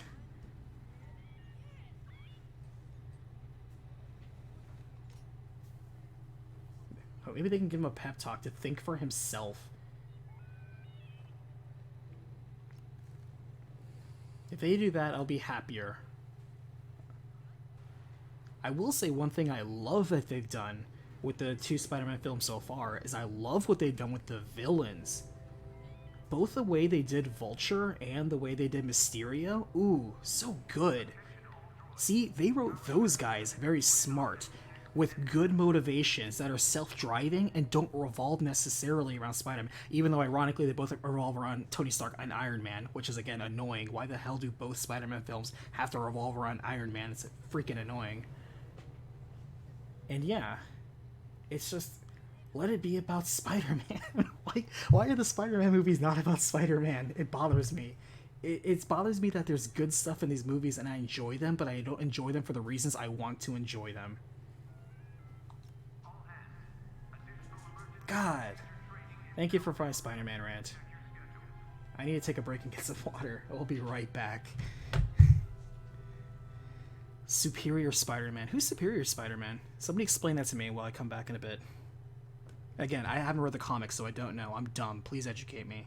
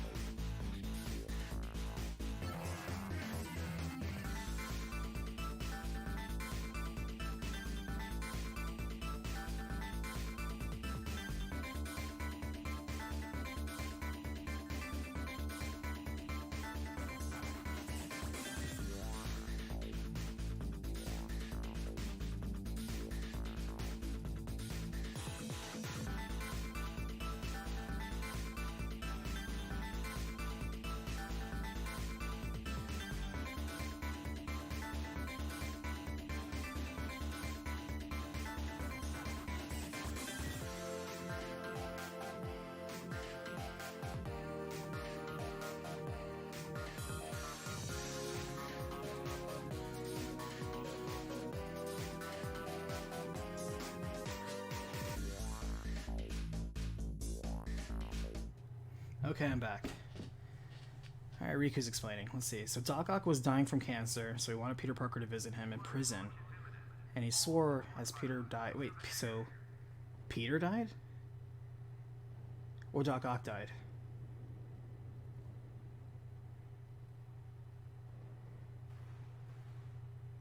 To become the superior Spider-Man. What is superior... So, wait. Doc Ock in Peter Parker's body? Weird.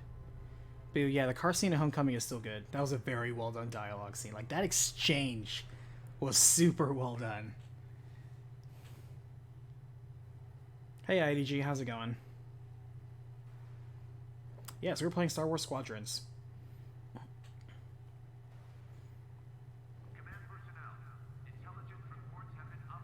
Wow, you can really look around. This detailing is very good. The people put the effort into all these little bloopy lights and buttons. Good job. The really close textures maybe aren't that great, but the amount of detail otherwise in the cockpit is very good.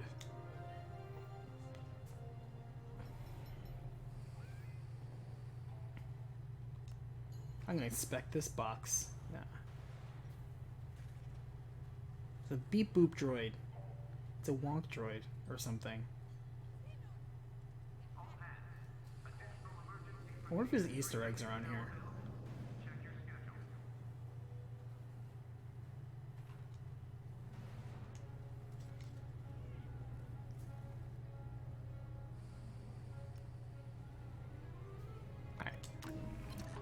The commander wants you in an X-wing for this mission.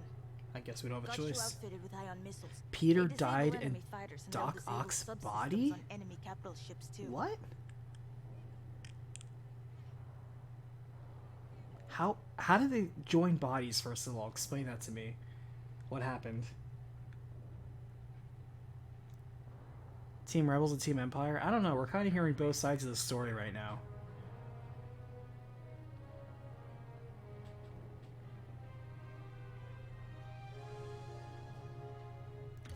I'll get it ready. Looking for something specific?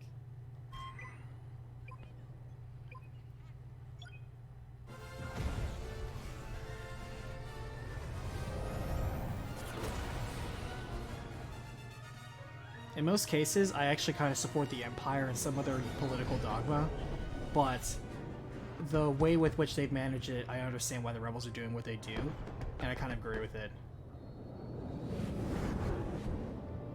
Like, I hate the concept that the Sith always have to be bad. Oh, so Peter visited Doc and Doc Ock switched their bodies. Got it. So Peter Parker died in his body and Doc Ock assumed Peter Parker's identity and became the superior Spider-Man. So did his powers change or something? Vanguard, follow his lead. This is Talus Leader, calling for immediate assistance. Captain Antilles with Vanguard Squadron. Here to help. People were talking about Ultimate Spider-Man. What's going on in the Ultimate Spider-Man verse that makes Ultimate Spider-Man such a hot topic? You're what? Be ready. Interceptors. Those have got to be the first to go. Agreed. They're fast. They'll rip right through our fighters. Vanguard, prioritize targets. Do we have any A-Wings in our squad? I think I see one A-Wing. I'm with you. I'm in their sights.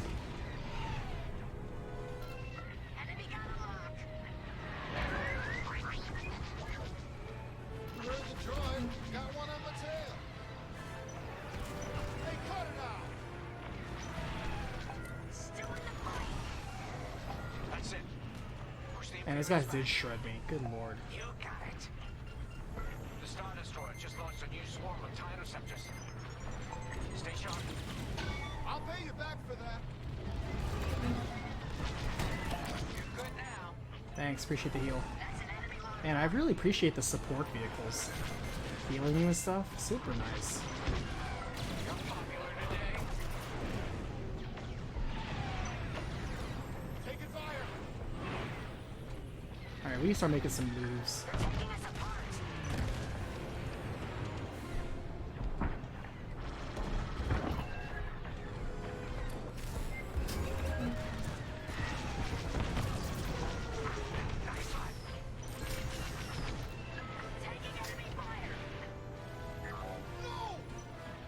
Ah, he went below the cloud level. I didn't think you could do that. That's almost all of them.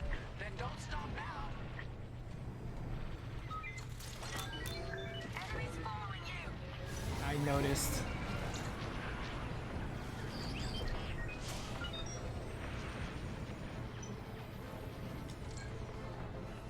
You're okay. You're too kind.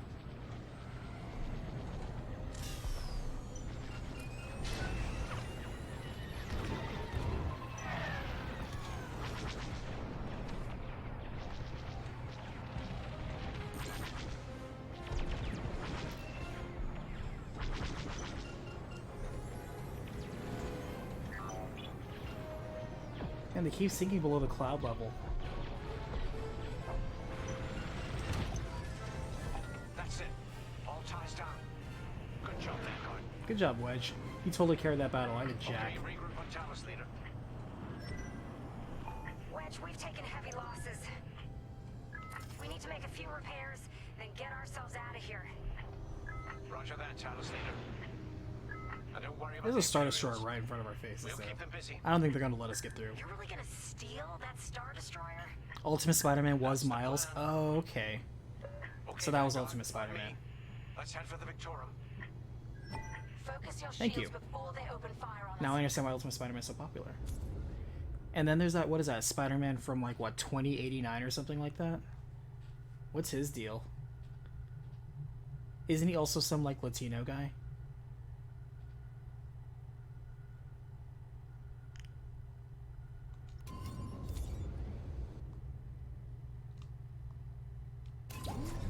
Knock out its targeting system. Let's do it. Putting power to forward shields. All that damage, and this thing still has teeth. No wonder Talus Group took a beating just chasing it here. I wanted to see the Victorium go up in flames, but stealing it... Where are our bombers? Come on, bombers, do your thing.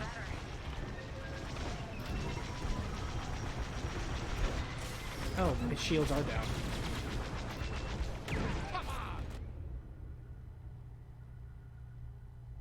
Oh, I have an ion cannon. Okay.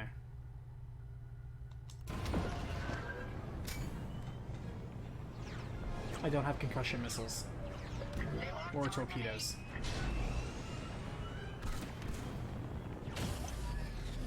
Star Destroyer targeting's out for good. I'm in formation. The U-Wings can get in safely. This is our chance to capture that Star Destroyer. If we take the bridge, we'll have access to its internal systems. Scan for a breach point. So we That was can weird send that in the a game was like, warning team. I'm not gonna let you do anything until you balance your damn shields. Okay, fine. Jesus Christ. Just like the old days. Look out, Vanguard. We got a gunny star incoming. Mine hasn't heard it. Sure. Just tell me when I can turn my comms back on. If your comms are off, how can we tell you to... Oh, forget it. Imperial fighters incoming. Let's keep looking. Enemies on your tail.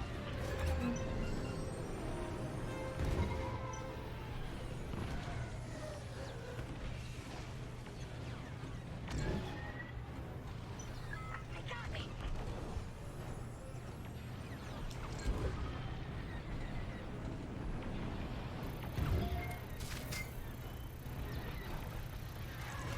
No good. I gotcha.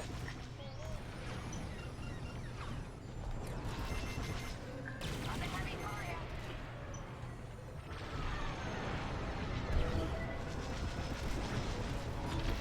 What did I do? They have a lock.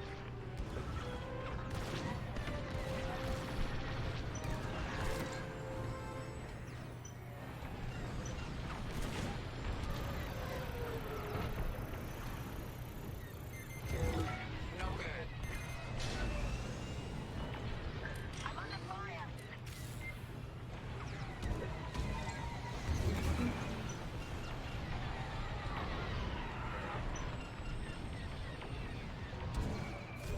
That hurts.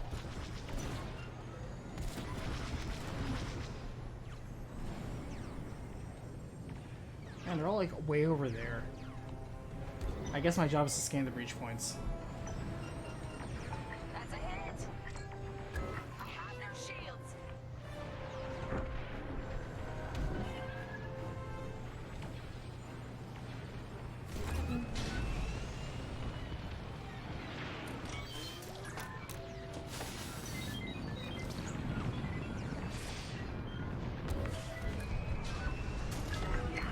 That'll leave a mark.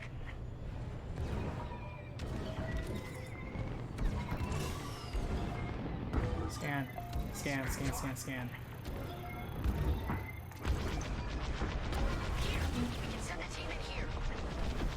Fine, give it a punch, will you?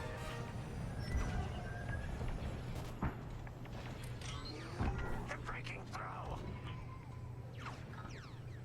2099. Got it. Shields. Hey, Five, how about you breach that breach point? Took them out. Right in the trash chute. Now, push those last fighters back. Clear the skies. I'm under fire. These Imperials just keep coming. And interceptors are fast. I know it's an understatement, but they are fast.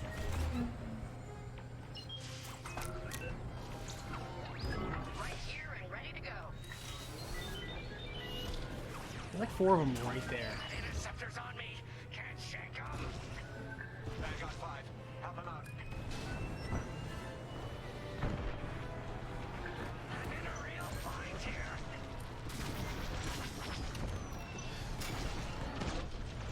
Deflector shields are down. Hey, careful, it's me. They're breaking through.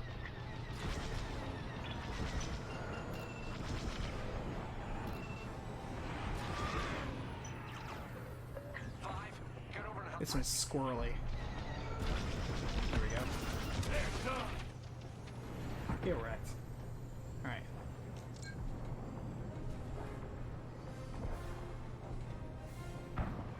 Enemy is persistent. That's it. All fighters destroyed.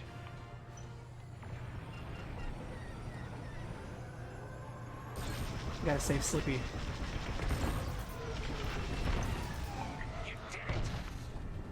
Yes. Thanks, Fox. They almost had me. I owe you one.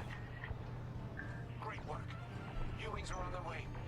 We can bring the boarding team in safely. Follow me to the rendezvous. We'll give them cover. Vanguard, let's go. Either way, Wedge.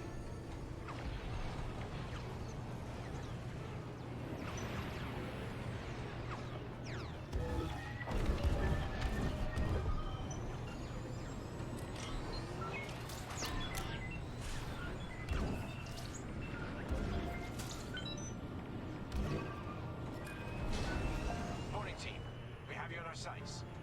Ready to take on a Star Destroyer? Copy, Captain Antilles. Just get us there and we'll do the rest. You heard him, Vanguard.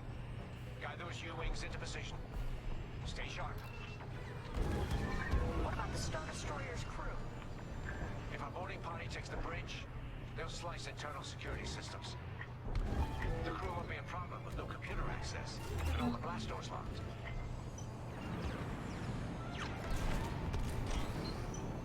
We've got an Imperial carrier. They're launching reinforcements. They're not giving up the Victoria without a fight. Vanguard, take down that cruiser.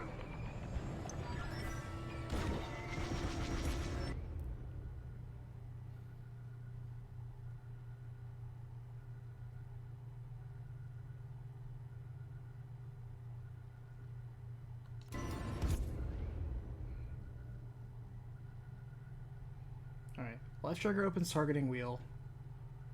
And left trigger again target. Alright. Okay. Let's play the objective. Oh, he wants me to do all enemies. Fine.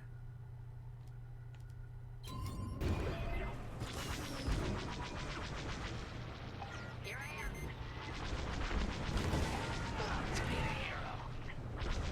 Thanks. I knew I liked you. Boarding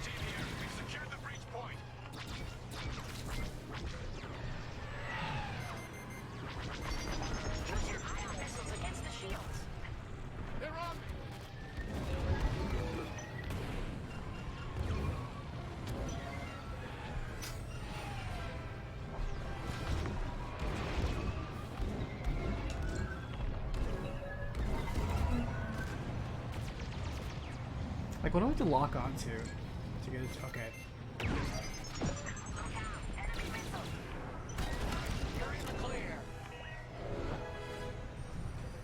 Okay, so first we have to destroy the shields with ion, then we get to rig it. Okay, got it. We got a lock.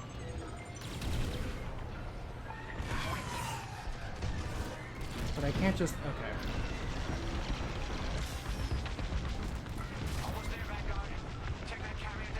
They're just gonna stop and pepper it a little bit. We're wearing the carrier down. Keep at it. Carrier destroyed. Final. Great work. You're welcome. Let's finish off the rest. Bridge is sealed. Cutting through the blast doors.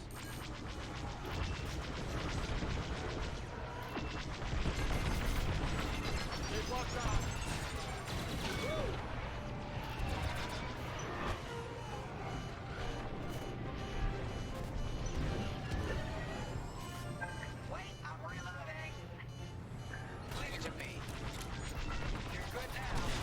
Appreciate the heal.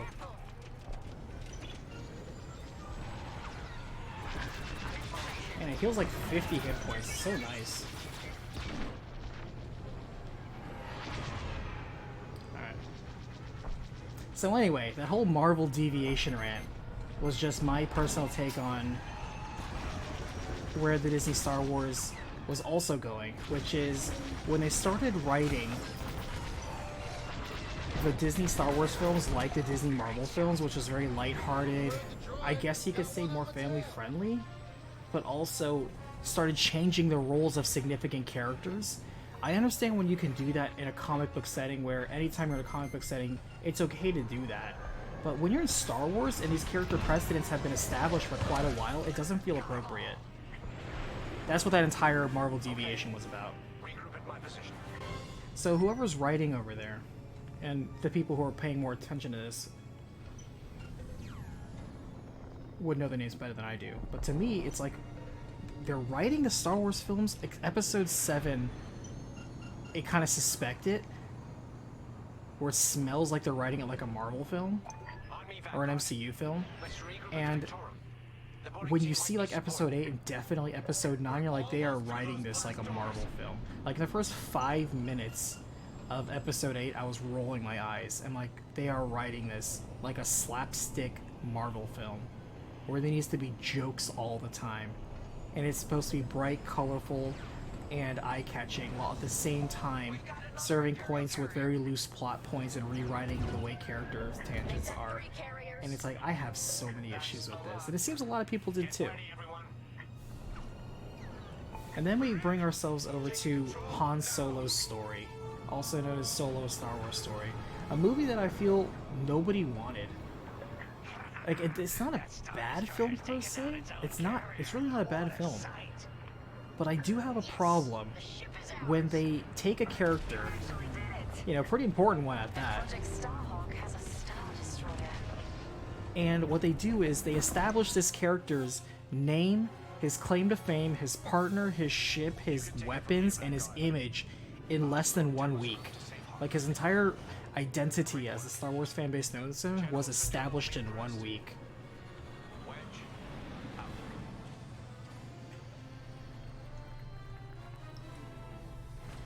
Mission accomplished.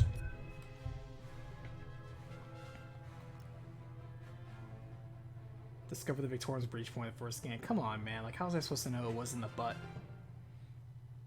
Completed without dying. We're improving our standards. We're playing a lot of Rebel. Are we going to switch over to Imperial? I was thinking that they were going to switch back and forth.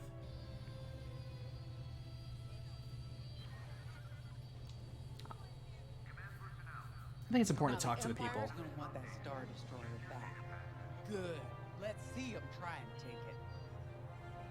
You know, back home, after the Empire invaded Mimbin, we stole an armored transport hauler full of scout walkers. When the Empire And so I came remember looking for watching it, we just Solo turned in the theaters, and I'm walkers thinking, against them, had a this is real all good time. such contrived writing. I'm guessing the commander has something I don't similar in hate mind it. for And oh, his by the way, there's a Star quirky Destroyer. robot in there too. Right? Otherwise, Because what's the every point? single Star Wars film needs to have, every single team needs to have a quirky robot. For the job, huh? Every Those single flowers one. and alphabet squadrons And I'm looking still at this like, this is such wrapping contrived around writing. Things just happen, so the movie, so the story goes along. It's not actually flowing in any sort of grand structure or design. And so I'm like, oof.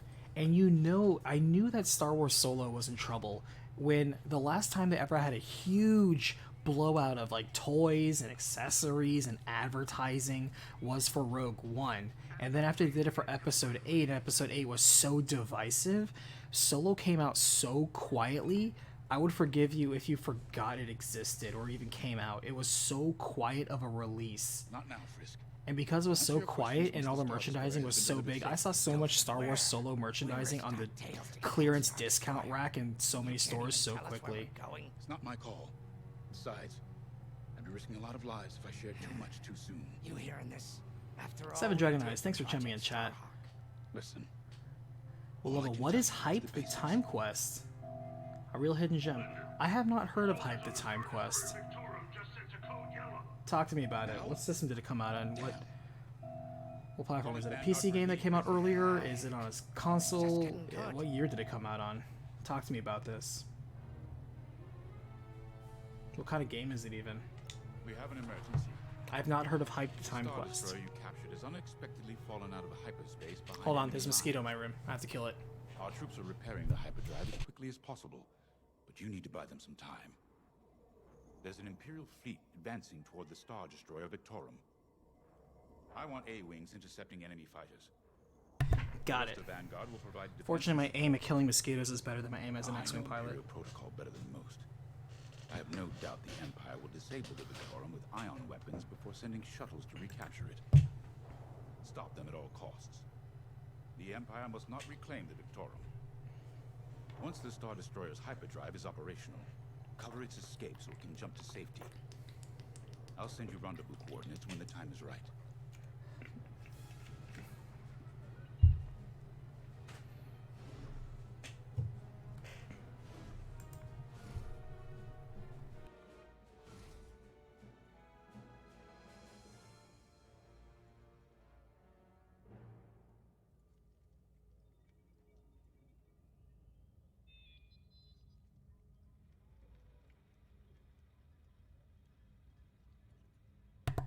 I do have one lightsaber, by the way.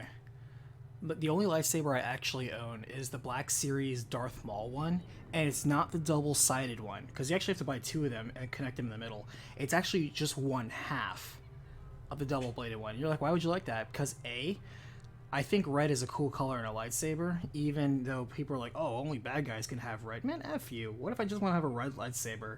Everyone's typecasting me based on the color of my lightsaber. How discriminatory. Anyway, I also love the really long handle. Like, I remember in episode 1 when Darth Maul was first fighting Qui-Gon Jinn on Tatooine, and he, pulled out, it was just one blade at the time, and I was like, wow, that's really cool. He has a super long handle.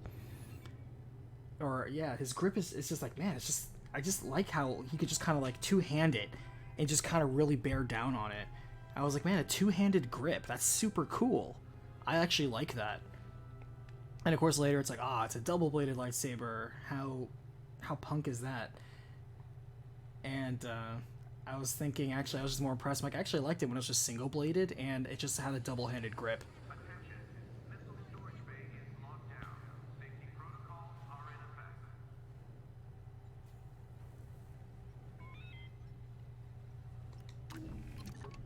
A-wings go as fast as you can fly them. Their hull and shields are too light to take on capital ships, but Imperial starfighters won't stand a chance with you in this cockpit. You can customize your lightsaber or a starfighter. Sounds good. We have a few options to make your TIE hunting more efficient. Big fan of the rapid-fire lasers and barrage rockets myself.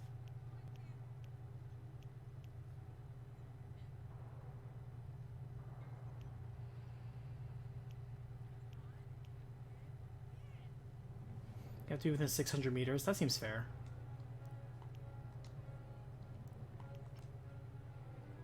do like quick look. That sounds good. The idea of a mine actually sounds really cool. Dumbfire weapon, aka this is a shotgun, and I'm okay with that. It's just you shoot the rocket, it goes in the direction. That's fair. That's good.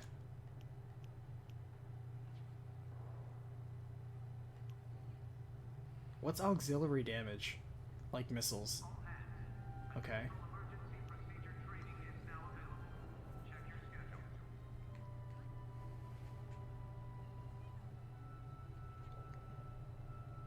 Am I willing to sacrifice 10% health for double lock time? I kinda am, actually. That'll be fun. If I'm gonna be a glass cannon, I'd rather be a faster glass cannon. No shield regen if depleted? Man, F that. I'm not doing that.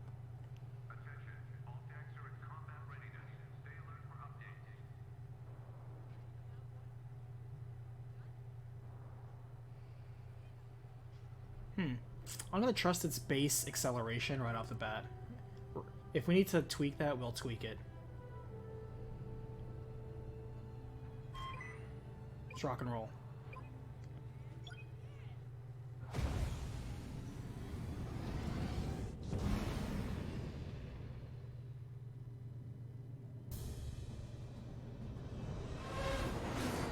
A Ubisoft PC game that came out in 1999.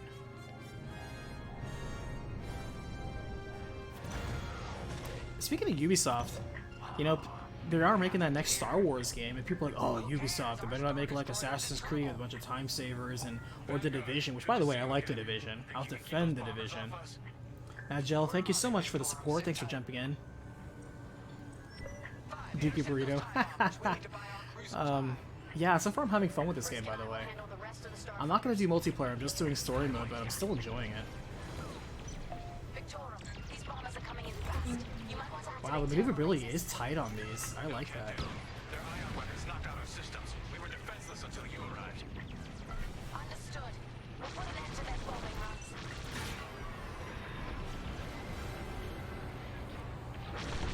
Don't let them hit you with ion weapons.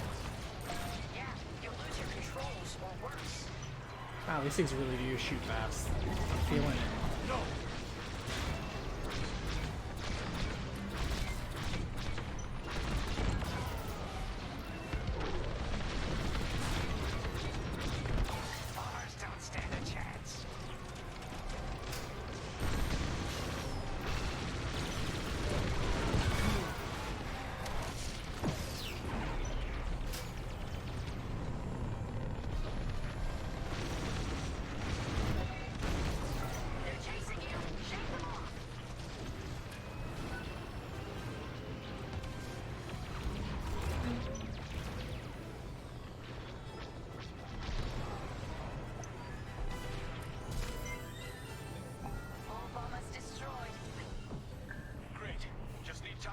Systems. Oh, they're running away.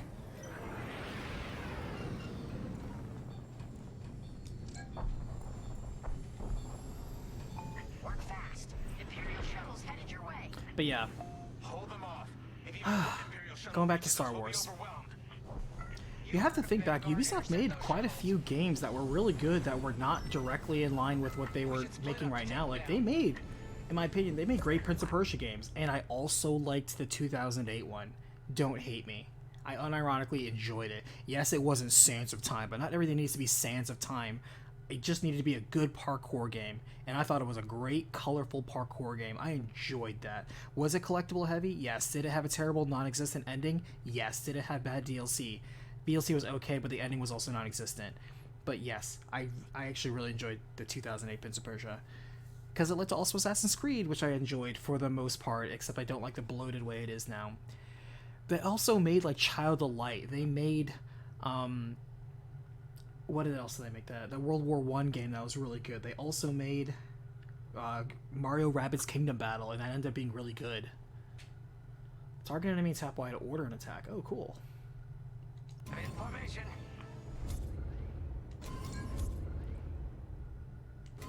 Attack that! I appreciate responsive, simple controls.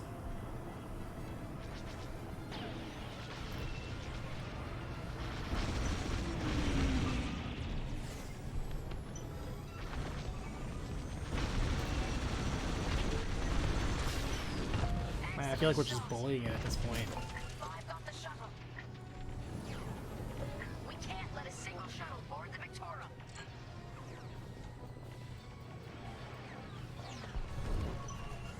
Hit it!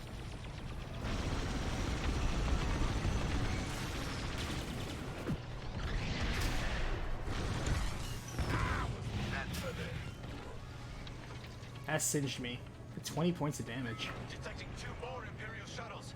They're trying to flank us. So I say give him a chance. Let's at least see the game first. Would I also like to see 1313 return? Absolutely. Is he ever going to make it? Hell no. But let's give him a chance. Let's give Ubisoft a chance.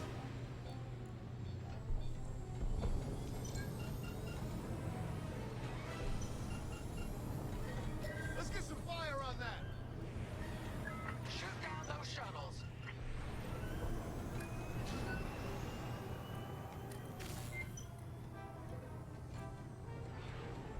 Thought you'd be sneaky going through the wreckage, huh? Actually, you are sneaky because I can't see you. There you are.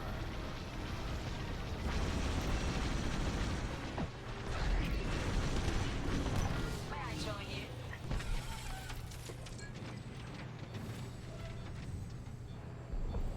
Quickly! We have a shuttle right on top of us.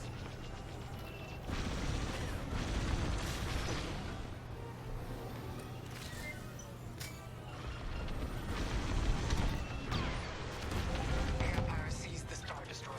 We failed. Wow. Zero tolerance. Because I loved Assassin's Creed 1 through... well, pretty much every one of the traditional-minded ones, honestly. Even Unity, everyone bitched about it, but I'm that guy who's like, well, I played it and I didn't have any problems. I have to say I am that guy in this situation, because I really did play Unity and had no problems. I also am somebody who played Unity with friends, and which is the way Unity is supposed to be. It's supposed to be a cooperative Assassin's Creed, so if you played it single player, and you did not play the multiplayer stuff, the co-op missions, you missed out on 60% of the content. And yeah, it's going to be very short and dull at that point.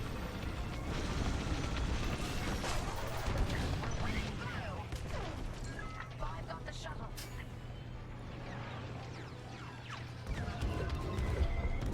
Let's get some fire on that! Can't let a single shuttle board the Victoria. Shuttles down. Detecting 2 more Imperial shuttles. They're trying to flank us.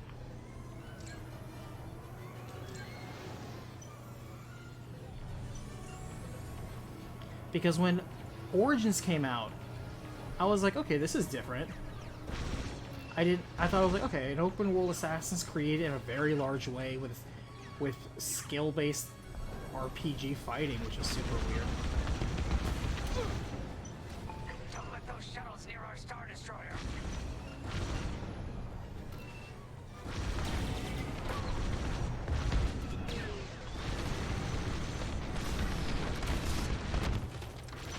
Boop.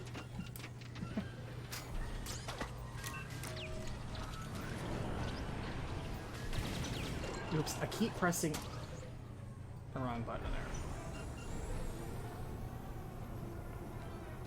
That shuttle's getting too close.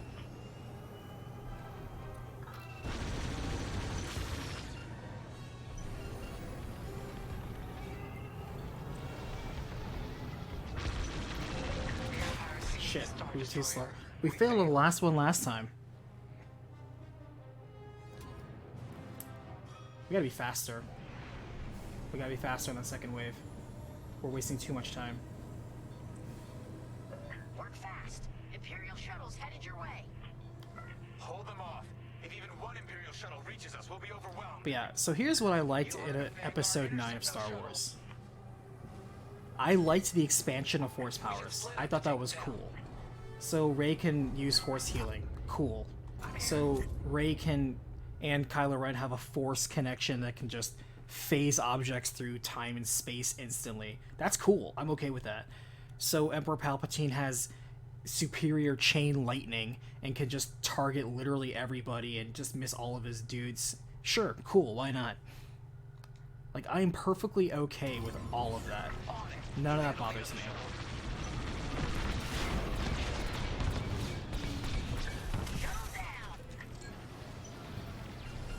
Let's get some fire on that.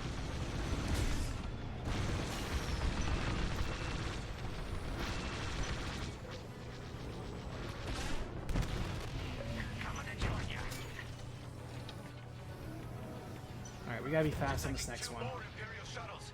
They're trying to flank us.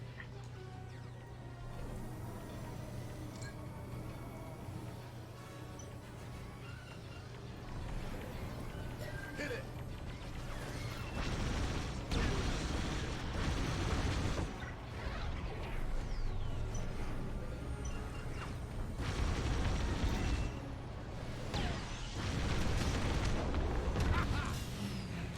Don't let those shuttles near our Star Destroyer. Oops, boop. Hit it.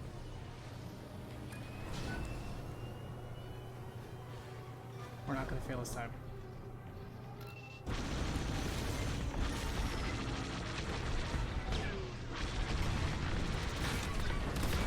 There we go. Another shuttle group incoming.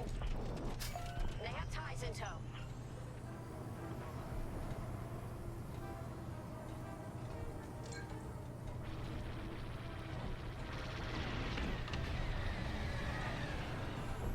They're trying to run you down. No need to thank me. We can't let a single shuttle board the Victoria. I know, but where are they? Shit, shit, shit, shit. You're in the clear.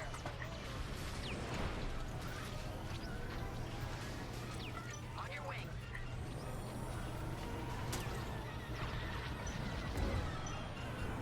Attack that. Shit, they're being clever.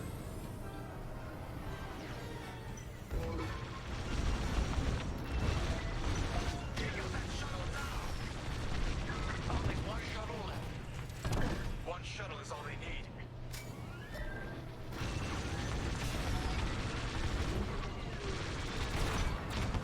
On your wing. Oh, come on. The Empire sees the Star Destroyer. I was right there. I was right there. He was blowing up when he came in. Work fast. I'm not fast enough. Headed your way. Hold them off. I like this. It's an interesting new challenge. This actually does remind me of Rogue Squadron in a lot of ways, where you just had to be fast on some of those objectives. They were not forgiving. Alright, stop this. On it. You handle the other shuttle.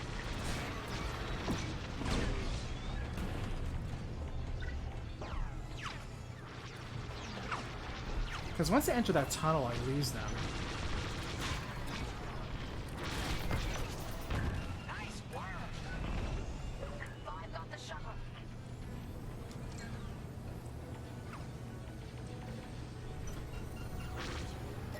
Don't let those shuttles near our Star Destroyer. Shit, it hit me. Joining formation. Okay. Where is that tunnel they keep using? They're trying to flank us. It's this tunnel right here.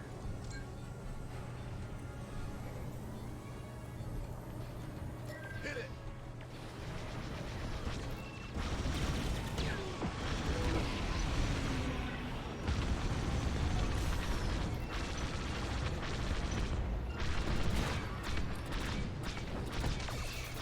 Beautifully done. Shoot down those shuttles.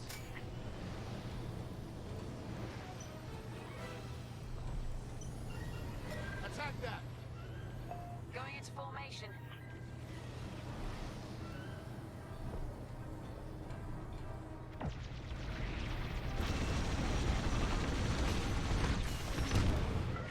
That was good. Another shuttle group Alright, incoming. next group. They have ties in tow.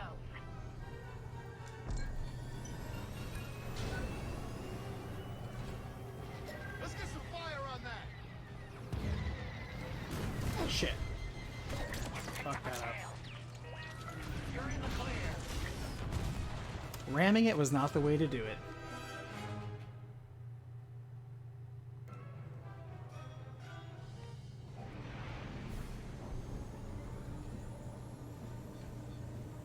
I need to clean my flying up. Work fast. Imperial shuttles headed your way.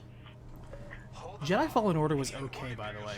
Like, it is a very good Star Wars game, because we always have mediocre Star Wars games. But in terms of action games, it was very jank. We should split up to take them down. Yes, we know. Formation. On it. You handle the other shuttle.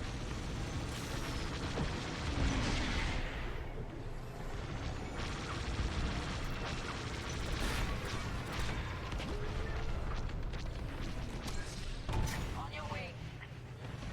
Shuttles down.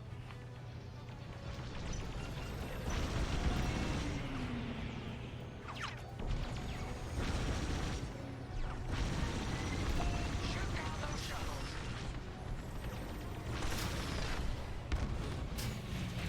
Five got the shuttle. Detecting 2 more Imperial shuttles.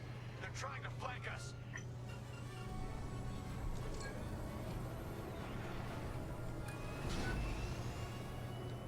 Let's get some fire on that.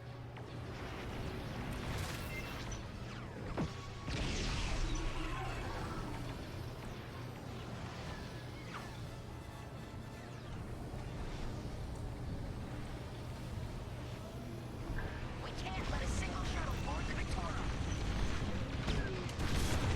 Coming to join ya. Okay. We gotta focus. Attack that.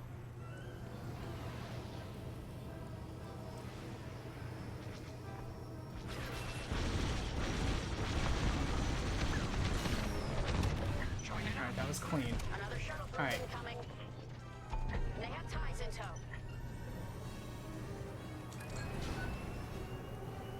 They're like already there. Empire's on my tail. Taking fire. Shit, am I collided? Yeah. That was a waste. No, please go after this one. Let's get some fire on that. Only one shuttle left. One shuttle is all they need.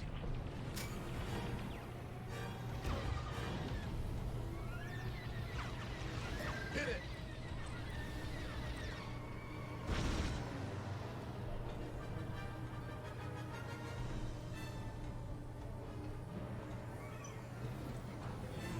Quickly! We have a shuttle right on top of us! I'm too close.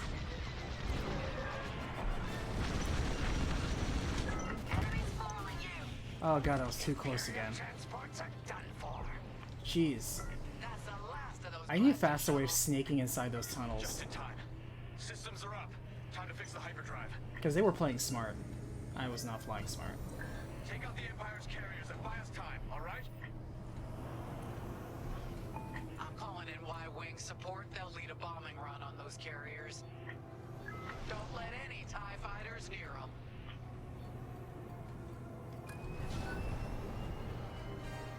Alright, Y-Wings are here. Vanguard, if we lose our bombers, we're done for. Take out those TIEs. Roger that.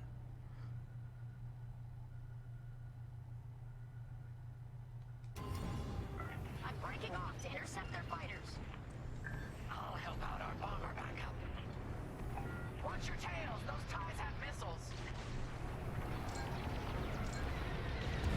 You're in rough shape, Vanguard 5. How can I help? Right here. Ready to go. Resupply on the way. You're in the clear.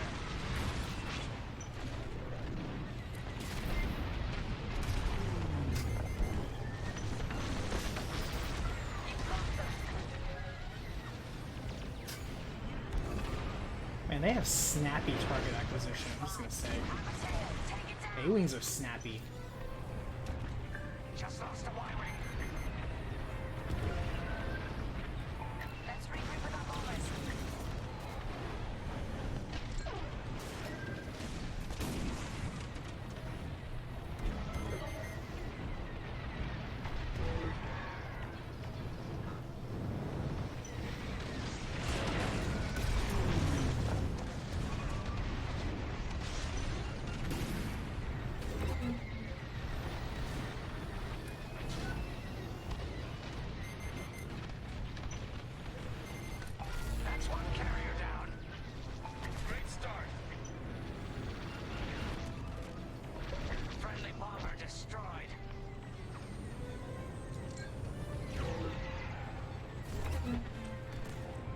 need a target. There we go.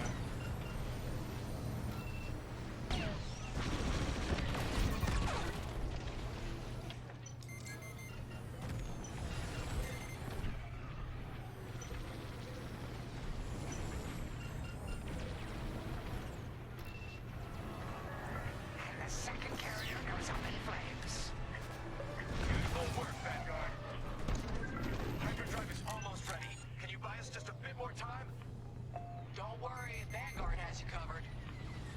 Squadron, take down the rest of these ties. Can do.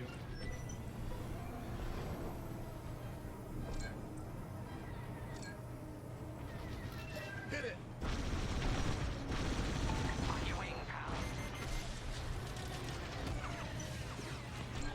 They got a lock.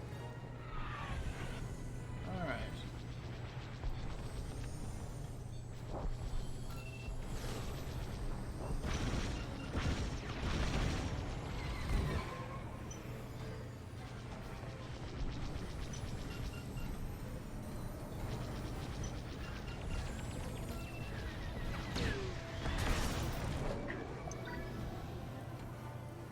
That's the last of them. Your timing couldn't be better. We're almost done.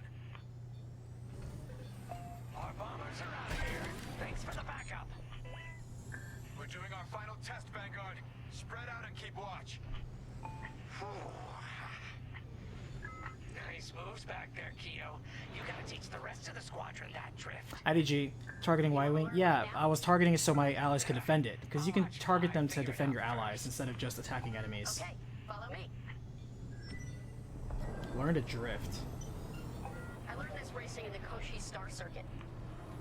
First, transfer all power to your engines and fly as fast as you can. Yes. Now we're gonna buzz the bridge of the Victorum. Be ready to boost.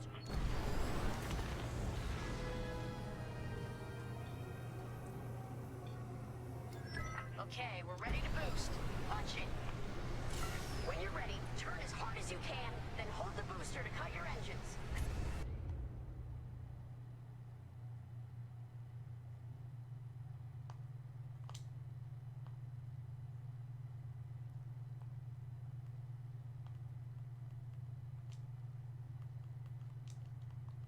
I'm pressing that.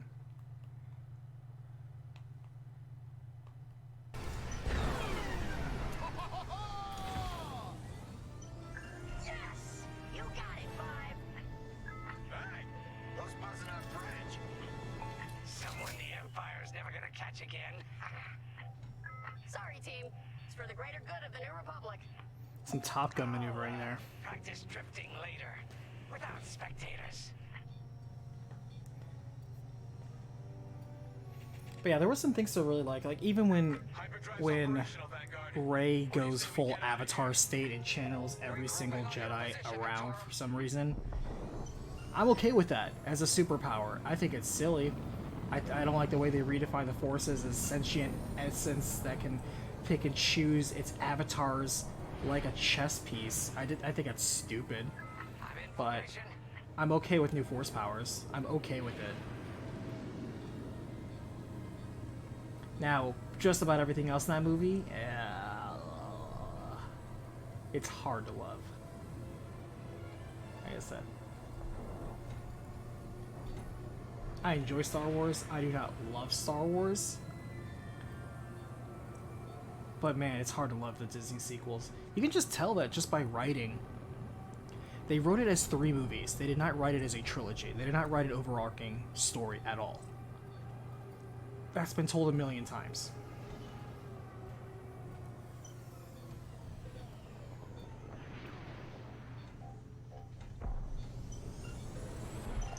All right, Victorum, we're in position. Where are we headed? Somewhere classified. Just sent you the coordinates. Got him. Punching them in now. Jumping to hyperspace in 3, 2, 1. Punch it. What? The hyperdrive failed again. No. Oh, man. Well, we gotta get there now.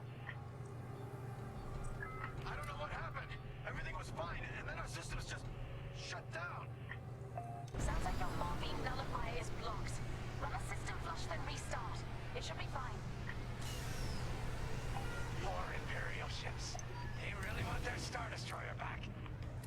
Did you like the prequels? It's hard to say, because do you want me to answer that in terms of did I love all of the prequels? Because when you say the prequels, you're asking me, like, did I like all 3 movies as a collective set?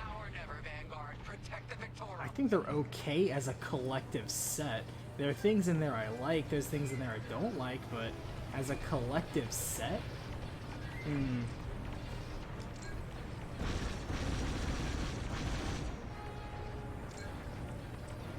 This is taking too long. Don't tell me this is too much for you, Frisk. No. Triggerfinger's getting tired is all.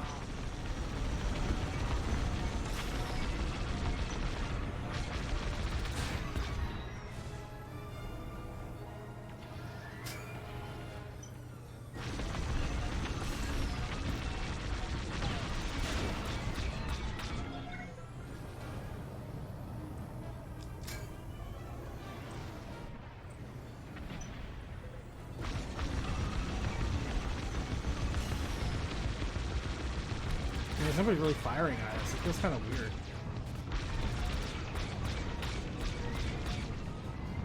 Initiating system flush. How long should this take? Longer than I'd like. Oh, there's dudes fighting him. Got it. Backup raider just arrived. 5, destroy the raider. Still in the fight. There's too many fighters. Turbo lasers are back online. Hyperdrive's nearly ready. I was like, huh, they're not firing at us. I'm like, oh, that's right, they sent bombers out. Herp. Oh, now you want me to defeat the raiders.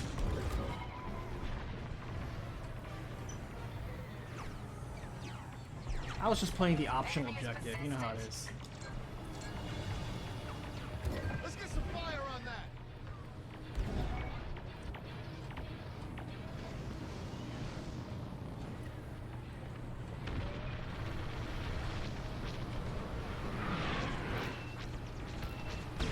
How much longer? Realigning the transpacitor now. Speak basic. Hurry up with that transpacitor. About halfway there. Thank you. Had about enough of these bombers. Enemy reinforcements inbound. They got more bombers than us. It ain't fair. Right. They're up against Vanguard Squadron. It isn't fair. For the Empire. Oh, that was witty. Clearing a path. 3-to-1 odds. Easy for any Spartan warrior. The Victorium shields are operational again. It's weird that you can fly through their shield barriers.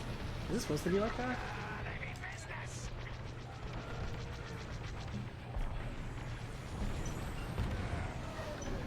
Oops.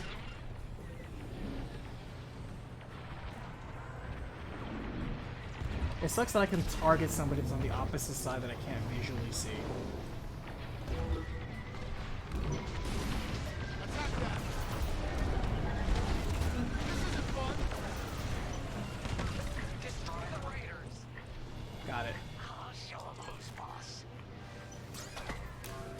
Almost there. Running a diagnostic on the alluvial damper. Okay, great. Just do it. Joining up.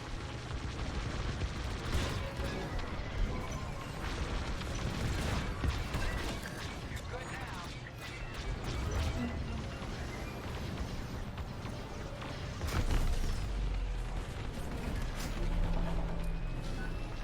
I need to work on my spacing. Enemies tailing you. Powering up hyperdrive systems now, Vanguard. The Victoria, they've destroyed it. We failed. Ah well.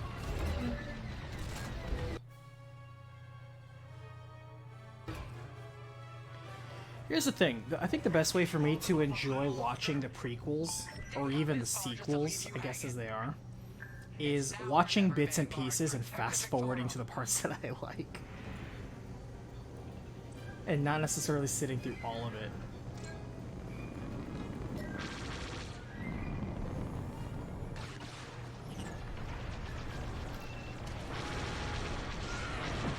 This is taking too long. Don't tell me this is too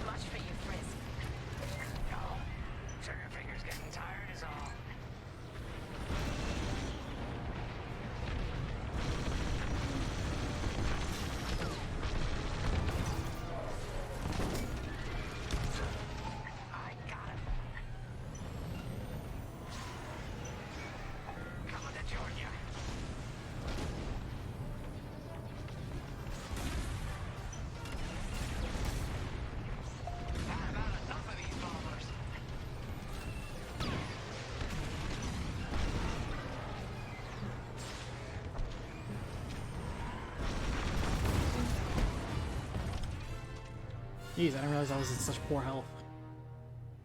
Can you hold them off a little longer? Didn't come this far just to leave you hanging. It's now or never, Vanguard. Protect the Victorum.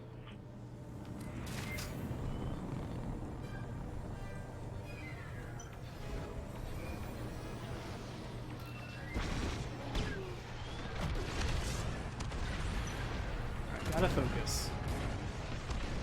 This is taking too long. Don't tell me this is too much for you, Frisk. No. Trigger finger's getting tired is all. Great shot. One more for me.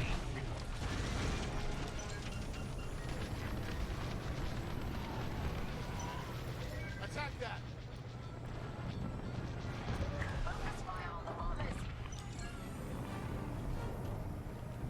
Hit it!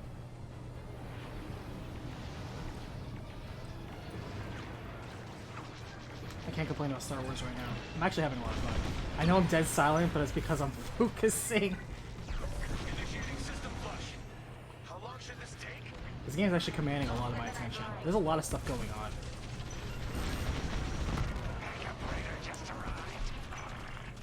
I can't even like go on a rant about Star Wars because there's so much stuff going on right now. You really can't even look away. Turbo lasers are back online. Hyperdrive's nearly ready. Let's get some fire on that!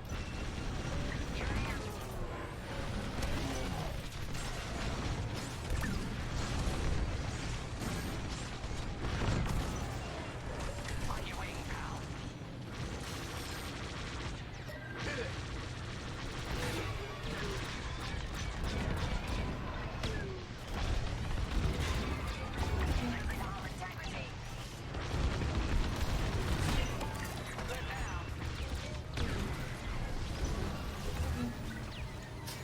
How much longer? Realigning the transpacitor now. Speed basic. About halfway there. Thank you. Gotta reload. Enemy reinforcements inbound. Taking enemy fire. They got more bombers than us. It ain't fair. Right. They're up against Vanguard Squadron. It isn't fair for the Empire.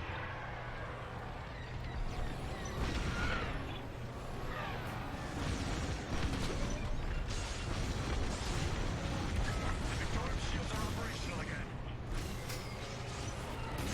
Hull is taking damage. I know.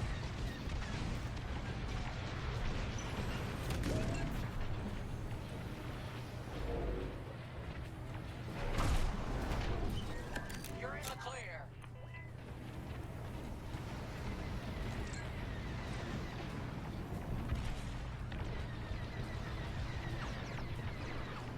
Attack that!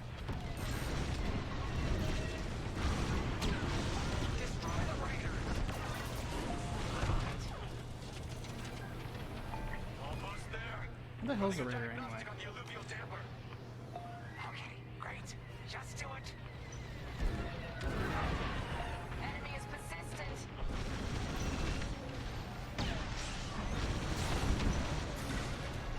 Sometimes I feel the A-Wing is just so fast that sometimes I'm accelerating, I accelerate past where I want to go. That's a completely me problem. This isn't fun! Powering up hyperdrive systems now, Vanguard.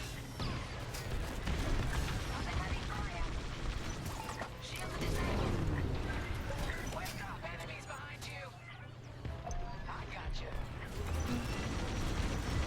Yes, it works. We're ready to go. Finally, Vanguard following behind the Star Destroyer. Don't have to tell me twice.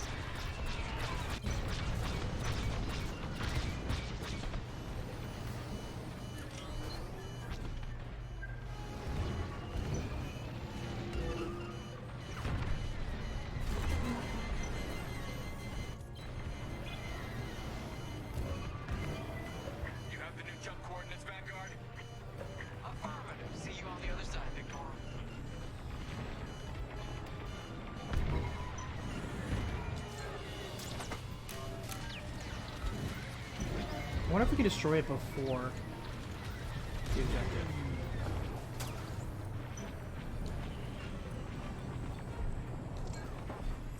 It wants me to orient that way. I'm the wrong way.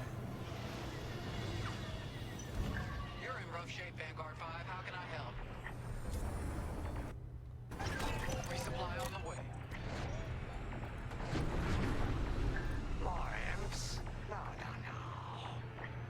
It's now or never. Seven Dragons, my driving is terrible, it's okay. But I feel this game's pretty forgiving.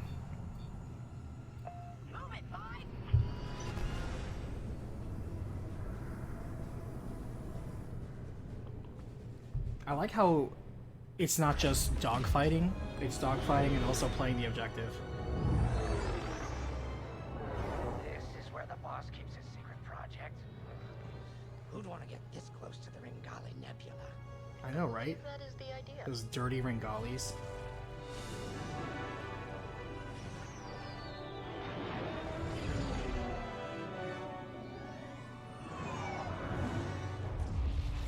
I once asked a friend who was a huge hardcore Star Wars fan, what kind of Star Wars story would get you excited again? And they kind of didn't really give me much of an answer. And I kind of wonder if it's one of those cases where does most of the Star Wars fan base know the type of story they even want to begin with to be excited again? Because you could point to something like The Mandalorian and be like, something like that. But it's like, yeah, but you didn't ask for The Mandalorian. No one asked for The Mandalorian. It ended up just doing its own thing and ended up being really good, especially in the second season. So is it a case where you think you know what you want, but you actually don't know how to ask for it? Or you don't know what you want until it's delivered to you? And so they're kind of shooting in any direction, hoping to see what sticks. It just seems unfocused.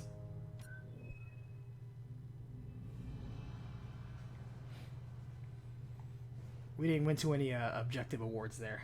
We'll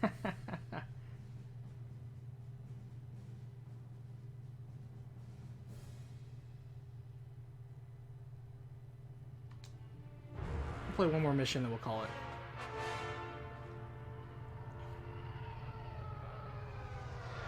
Sound effects are very good. An old enemy has finally surfaced. One of my spies has linked the attacks on our Star Destroyers with the New Republic Starhawk project. A common factor is Lyndon James. You knew James better than anyone, Captain Carroll. If I had, I'd have destroyed him before he betrayed us at Fostar Haven. Then this is your second chance. The rebels are keeping a low profile. I tried to destroy him, but his plot armor was too thick. And eliminate it. Gladly, Admiral Sloane. But if I may ask, there's a particular pilot I'd like to... Andrew just wants to see something that doesn't involve the Skywalkers that involves the Jedi. That's why you're hyped for the High Republic series of books. Wait, is it gonna be a series of books? Interesting. I thought I was under the illusion that it was gonna be like a show or a movie. So it's gonna be a book series. Interesting. The treacherous slime taking our ships. Good. More the merrier. Easy, Von Reg. Remember the last time you lost your cool? It feels like the people who are writing Star Wars wrote for bad video games. And the way I mean that is, they feel like they have to trot out popular names to get the fan base to just cheer at the sight of them without actually adding context or significance to why they did it. Like, alright, let's trot out Lando. Yay, everyone's like, cheer for Lando. Alright, let's trot out Chewbacca. Hey, everybody applaud for Chewbacca. Alright. It just feels like they're going through the motions. They're like, alright, if we have a Star Wars film, we have to have somebody from the prequels so we can attract the old people, so we can scare them and think we're gonna kill them off. That's terrible. But also kind of true. So, you're our new wingmate. Welcome to Titan Squadron. I'm Varco Gray, Squadron Leader. That is terrible lip I think they're syncing, waiting for you in the briefing room. but I like his goatee and mustache. First impression. Man, that is some garbage lip syncing. What is up with that? I was just complimenting, like, wow, these have good faces. But the lip syncing is so bad. They're not even trying. To be fair, look at this polish, look at this shine. Like, the art aesthetics, they went to work. Granted, they could have just reused these assets from Battlefront. I keep saying Battlefield 2, Battlefront 2, and they probably did. But let's be for real; these are good-looking assets.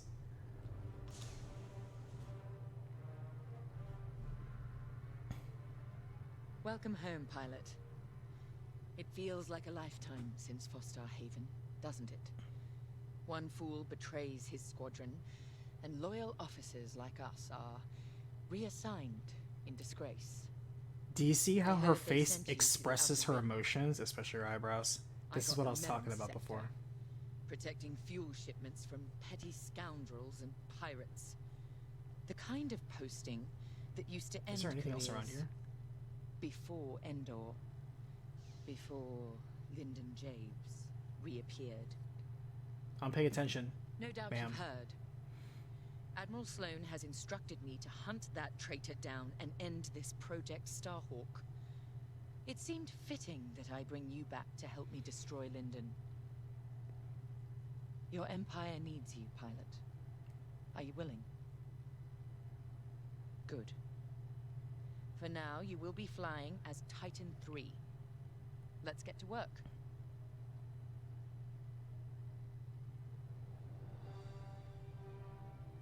One of our spies, Agent Thorne, has discovered vital intelligence on Project Starhawk. I think we've only seen the face of our pilot twice. It's like, it's weird that you can customize your pilot and not see them. That's like for some fantasy games or sci-fi games, like, customize your race and your face, and then we'll immediately hide it behind a helmet. Like, what's the point? And swift. We have no room for error, Titan. To gain access, you'll have to eliminate perimeter defenses. Intelligence reports missile platforms defending Hosnian space. Destroy them. The outpost itself is protected by turbo. Like, you know, they just took the existing dogfighting in Battlefront 2 and just kind of expanded it, made its own standalone thing, and added obviously story and more assets to it. You know that's what they did. But at the same time, I kind of like what came out. This did come out as a budget game. I know it originally released at $40 and I bought it on sale at $20. But I feel like, you know, this is a $20 game. Like, this is appropriate. I'm not even mad. Like, the small little blemish size here, it's like, this is a this is a damn good looking $20 game. Could it be better? Sure. But they're not charging, like, full price.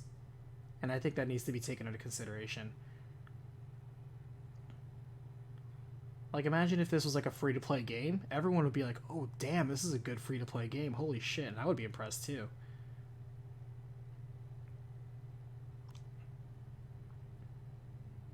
Now, more than ever, the Empire needs reliable soldiers like Agent Thorne. Like See, you. her lip syncing is good. So they obviously paid attention to the main characters. But yeah, Pilot Dude, they didn't care about. With Admiral Sloane's vision for the Empire. So they had effort in some places, just not consistent. Not after Endor. This mission is a vital step towards dismantling the rebellion. I'm trying to look around the room to see why is the lighting dominant on her right side. Like, is there a spotlight on her? Where's the lighting? It looks kind of dark on that side of the room, and yet there's a spotlight on her. Get to the hangar. Ready your ship. Like, her face looks good. She has a good looking face. Detail, emotion, lip syncing. I'm Rella Sol. No need to introduce yourself. I've already reviewed your service record. Her eyes are a little It's been a long time weird, since but you were on the front lines. detailing looks good. In Clothes days looks good. past, Her uniform a look. mission I like the ours wrinkles and would have stuff like been that. afforded every possible resource. Unfortunately, Like, it looks worn. Times are tight since Endor. In one battle, we lost our empire. But you look like the two NPCs over to the side, and you can tell those are like very low resolution models. They kind of just put them in the back and in the dark. So it's like we didn't put too much time in these models. Don't look at them. We're gonna put them in the dark and to the back. We'll focus on the person staring at you. Look how we lip synced. Not that I question the Emperor's decision, of course, but now that he's gone, we must look to the future. And reinstating the Senate would help subdue all of this infighting. We can talk later, perhaps.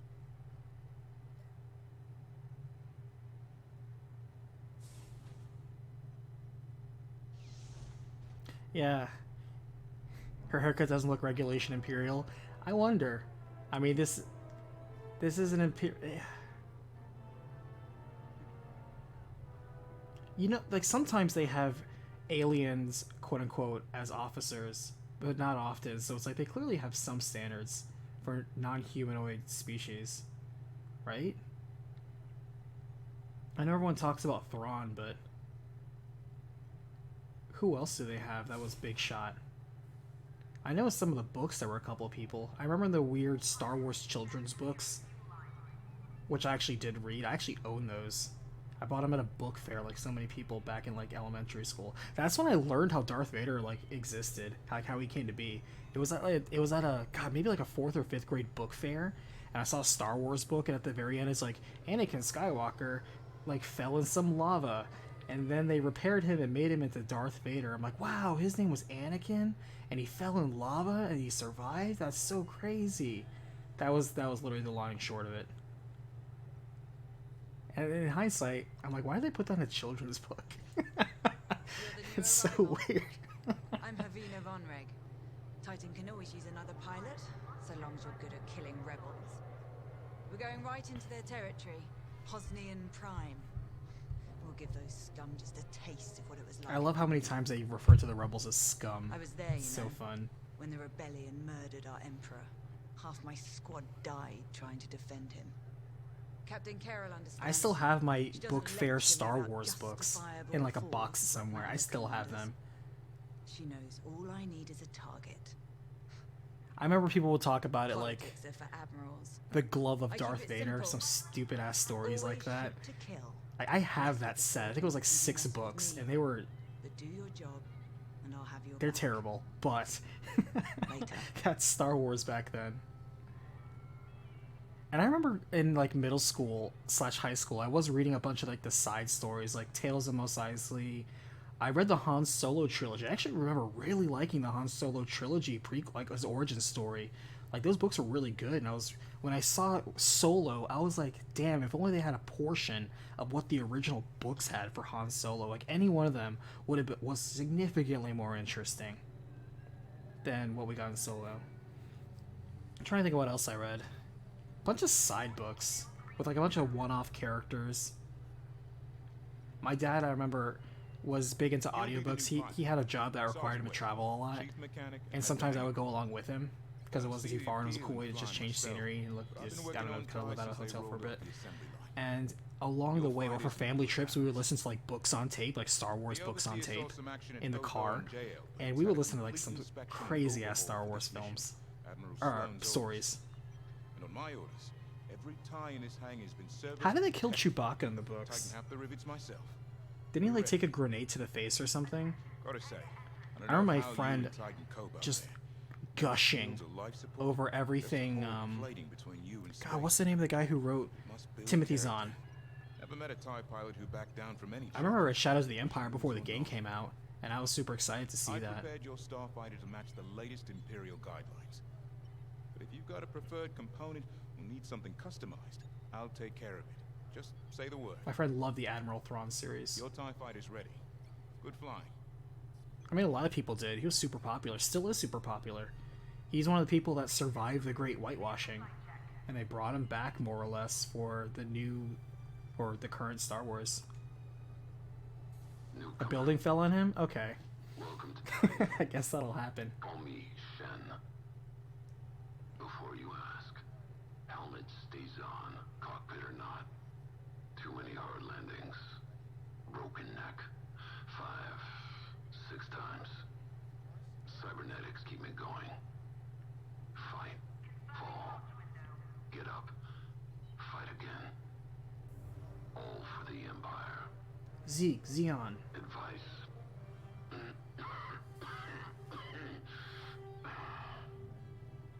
Don't annoy Von Rag. Honestly, his face looks better than most of the faces that we've just played in that game. At least the lip syncing was worried. Honestly, I'm gonna stop after this too because it's about cutting time. Alright, good pausing point right here before we enter our starfighter and enter the Imperial side of missions.